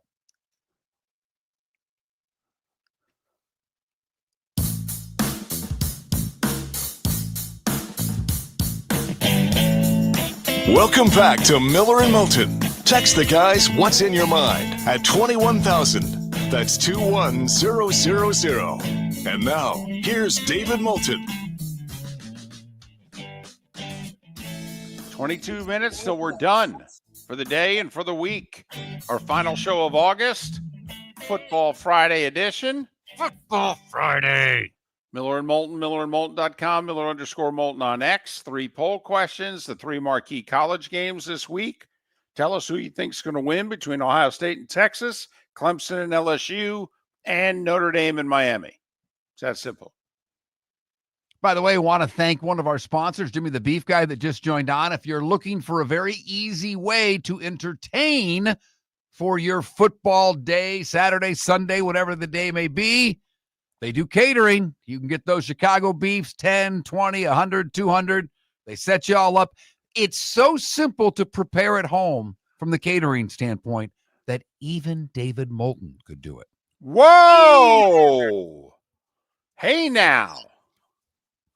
I read through the instructions. They are so simple because you can't have that all cooked. You can't come home. You can get it home with one, but it's one of those sandwiches that it's got to kind of be made and eaten right now. And I can do it? You could do it.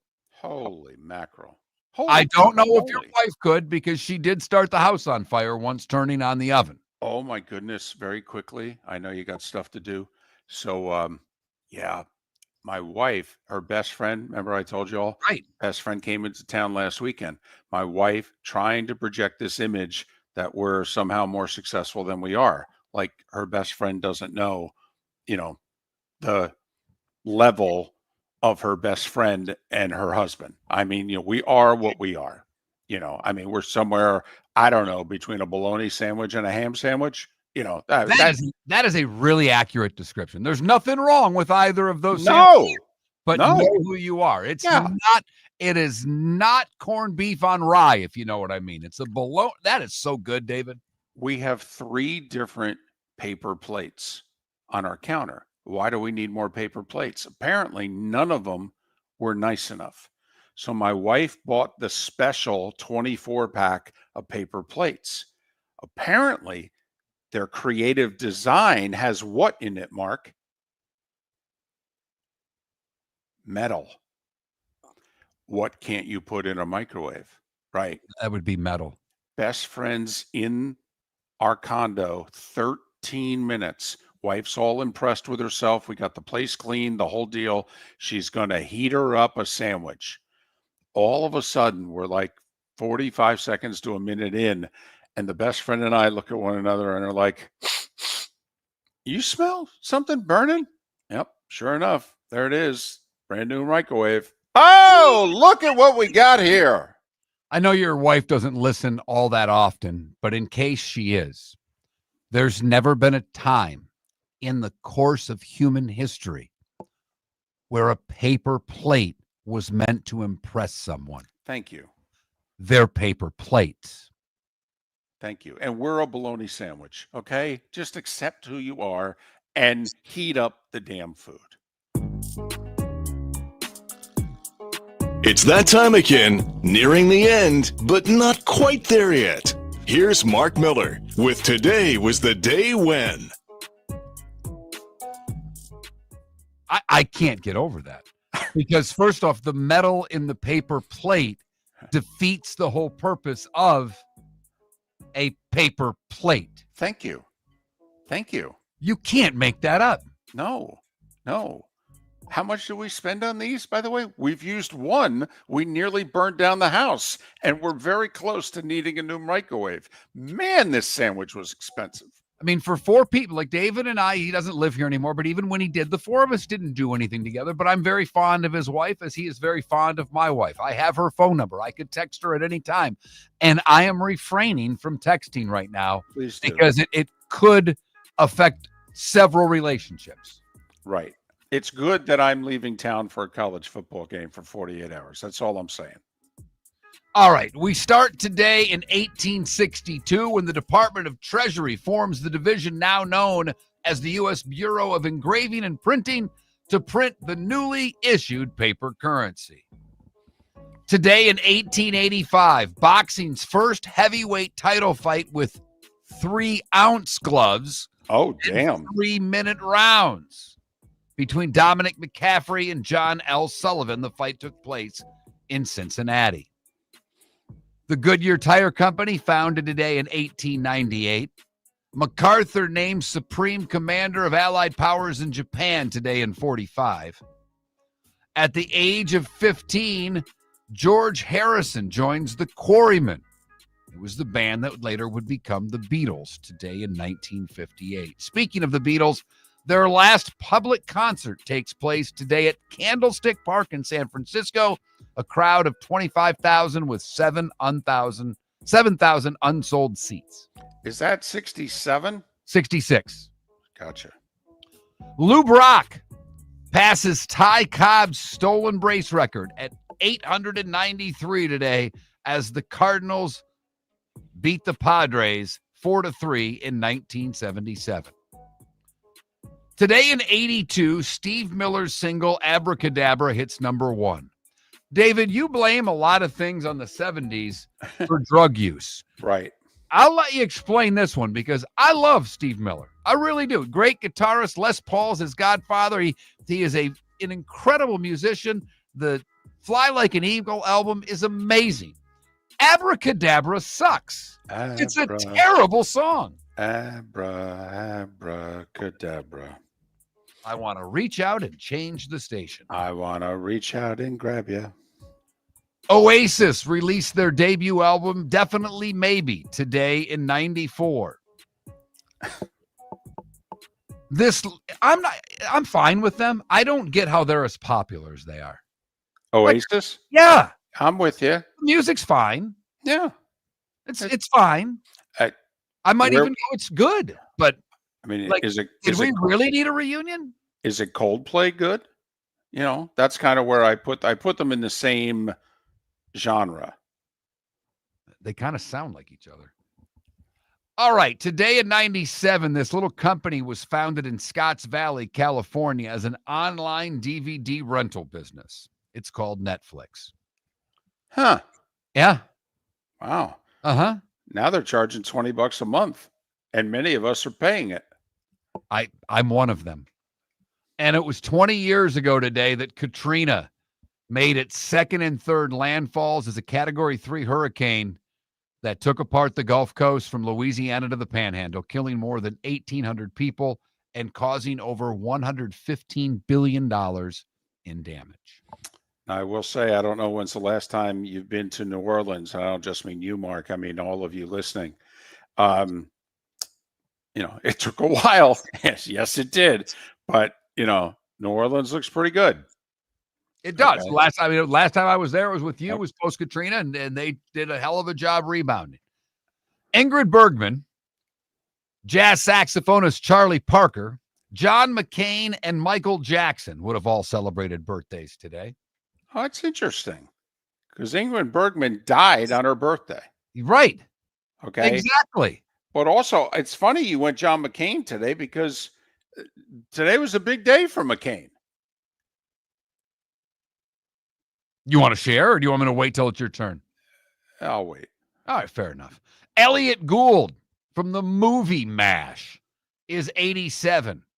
Carl Banks, the pride of Flint, Michigan, is 63.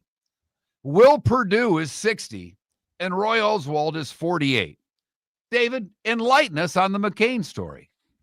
Well, first off, did you say today was Michael Jackson's birthday? I did. So today was the day we found out who Sarah Palin was. Today was the day that, yesterday was the anniversary of Obama accepting his nomination. McCain, let him have his 12 hours. And then, boom, he came out on a Friday morning and said, this is my running mate. And our convention's next week. And so selected Sarah Palin today, back in 2008. Huh. I didn't know it was his birthday, too. All I can think of is Tina Fey going, I can see Russia from here. I'm sorry. That's all. Whenever I hear her name, that's the first thing that pops in my head. I know a lot of people have soured on Saturday Night Live, but it's the impact that show has had. Like, Chevy Chase's depiction of Gerald Ford made him seem like the most unathletic president we ever had. Hell, he was probably the most athletic president we've ever had. Fall down once. Yep, that's it. It got you. Time to see life a little bit differently. Here's Mark Miller with the good, the bad, and the ugly. What do you got, Mark? We go to Cape Coral for the good, where a 10-year-old boy helped Cape Coral firefighters assist his mother while she was in distress at their home earlier this week. 10-year-old Tyler noticed his mom in distress, quickly dialed 911. Firefighters responded to the home. Tyler met him at the front door and provided detailed information, which allowed the firefighters to immediately provide the appropriate care to his mother. The Cape Coral Fire Department said Tyler did a great job remaining calm in a stressful situation and commended him for knowing exactly what to do in assisting with the process. Good for Tyler. For the bad, we go to Pennsylvania, where for the second time this summer, a pot-bellied pig was found running loose in a Pennsylvania state park. Okay. The 2-year-old pig weighed around 88 pounds and was found wandering loose near the fishing pier at the park. The pig, dubbed Lewis, was lured with food and taken into a shelter organization. Okay. It was the second pot-bellied pig found in the park this summer. All right, I have a lot of questions. First off, at 88 pounds, was the pig really running? Okay, that's number one. That's a lot of pounds. That's all I'm saying. I mean, you think of a pig that heavy, it's kind of like a bulldog. Any bulldog weighing that much running around? Well, they can run about a 12-foot sprint, much like you going for a foul ball at the Trop. It can be done, David. Well, exactly. But is that running around, or is that just, I go for the foul ball, I get it, I don't get it, that's it, I'm done for the day. Okay, lay him on his side and rub his belly. Okay, that's number one. And number two, did we name him Lewis after Carl Lewis? I mean, what, Lewis? What, Lewis? Please explain. I've got nothing other than that they named the pig Lewis. Might have been a joke on someone else in their office, which I think there you go. I hope so. I mean, I was watching Conan do a bit. He had sent David Letterman a really nice letter and Letterman was going to get him something, and Letterman bought him a horse, and the horse showed up on the lot, and it was all too big, and Letterman gave him the horse and said the horse's name was Dave. For the ugly, we go to Kenya, where a man who is an influencer on Instagram may be in a bit of trouble after he is seen taking a drink from a can of Tusker beer, a popular local beer in Kenya, and then giving the rest of it to an elephant. It was at a conservancy in Africa, in Kenya, and after people saw the photos, they've gone nuts. They've gone bat blank crazy because the guy fed an elephant a beer, and now they want him deported from Kenya. We'll keep you updated. And that is the good, the bad, and the ugly on today, Friday, August 29th, here on Miller and Moulton. All right, we're pressed for time. In some cases, brand new baseball series like Milwaukee and Toronto. Is this a World Series preview? If I so, hope it's going to be very low rated. Rays in our nation's capital against the Nats. Marlins continue their 4-game series against the Mets. Your Tigers in Kansas City, if there's any doubt there, even one game, I think, clinches the division officially for them. But Kansas City needs 2 if they're going to try to get back in the wild card race. Oh, no doubt. They probably need a sweep, actually, because we're coming up, Monday's 4 weeks left in the season. So if you think about it, if you're 4 or more games back, you got to pick up at least a game a week. That's not usually the easiest thing to do. All right, college football. We know what we got this weekend. How about tonight? Huh? We got some decent games tonight. Yeah, Thank right, you we very do. much. Yeah. Okay. How about Auburn at Baylor, 8 o'clock on Big Fox? Auburn a 2.5-point favorite. So, Bethune is playing FIU tonight. You got on Tech, ESPN Colorado Plus. as well. Georgia Tech at Colorado, 8 o'clock on the 4-letter network. Yeah. So we got some college football, 8 o'clock tonight. See if my Spartans are the Big Ten team to blow a game. They've got Western Michigan on FS1. Plenty of college football for you tonight. But Auburn and Baylor, Georgia Tech and Colorado, those are 2 interesting games. They really are, for a lot of different reasons. Big games for the Big 12. All of them. Enjoy your college football weekend. We made it. Texas and Ohio State, and no worries on YouTube TV to watch it. We'll be back Tuesday. Best of Monday. Have a great Labor Day weekend. Miller and Moulton. Shoeless Joe Sports Cafe is where your fantasy football draft should be. Free private rooms, Wi-Fi, plus food and drink specials. In August, Shoeless has bingo and trivia Tuesdays and Thursdays with your chance to win free wings and beer for a year. Fridays, live music on the deck. Saturdays, karaoke on the deck. Plus daily meal specials like Wednesdays, $6 wings and half-price pizza. Watch all your baseball and football at Shoeless Joe's, your home for good food, good times, and good sports in the Bell Tower Shops, Fort Myers. American Paint Supplies, for nearly 30 years, is your one-stop shop for all your coating needs. If you are a designer, a contractor, a professional painter, or a weekend warrior, American Paint Supplies is the place where experts go to get expert solutions. At 6100 Shirley Street in Naples off of Pine Ridge, American Paint Supplies delivers the best solutions with the best products with the best support. Meet Gene and his team today at American Paint Supplies. Call 239-566-2700.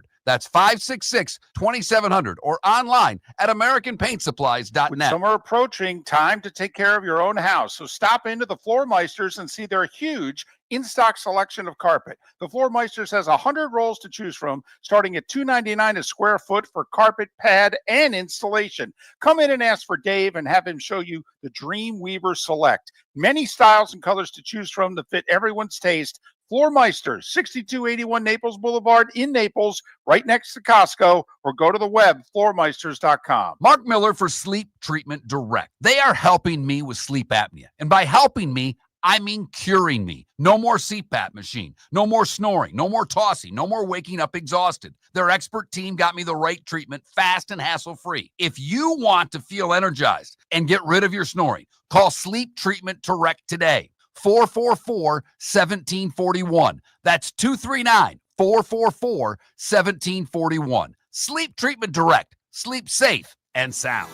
Whether you're chasing peak performance, reigniting intimacy, or simply want to feel your best, Game Day Men's Health creates customized game plans to optimize your health. Call 239-427-3441 for our Bonita Springs and Naples location to set up your free testosterone test and consultation. Mention Miller Moulton Radio Show for 10% off your service.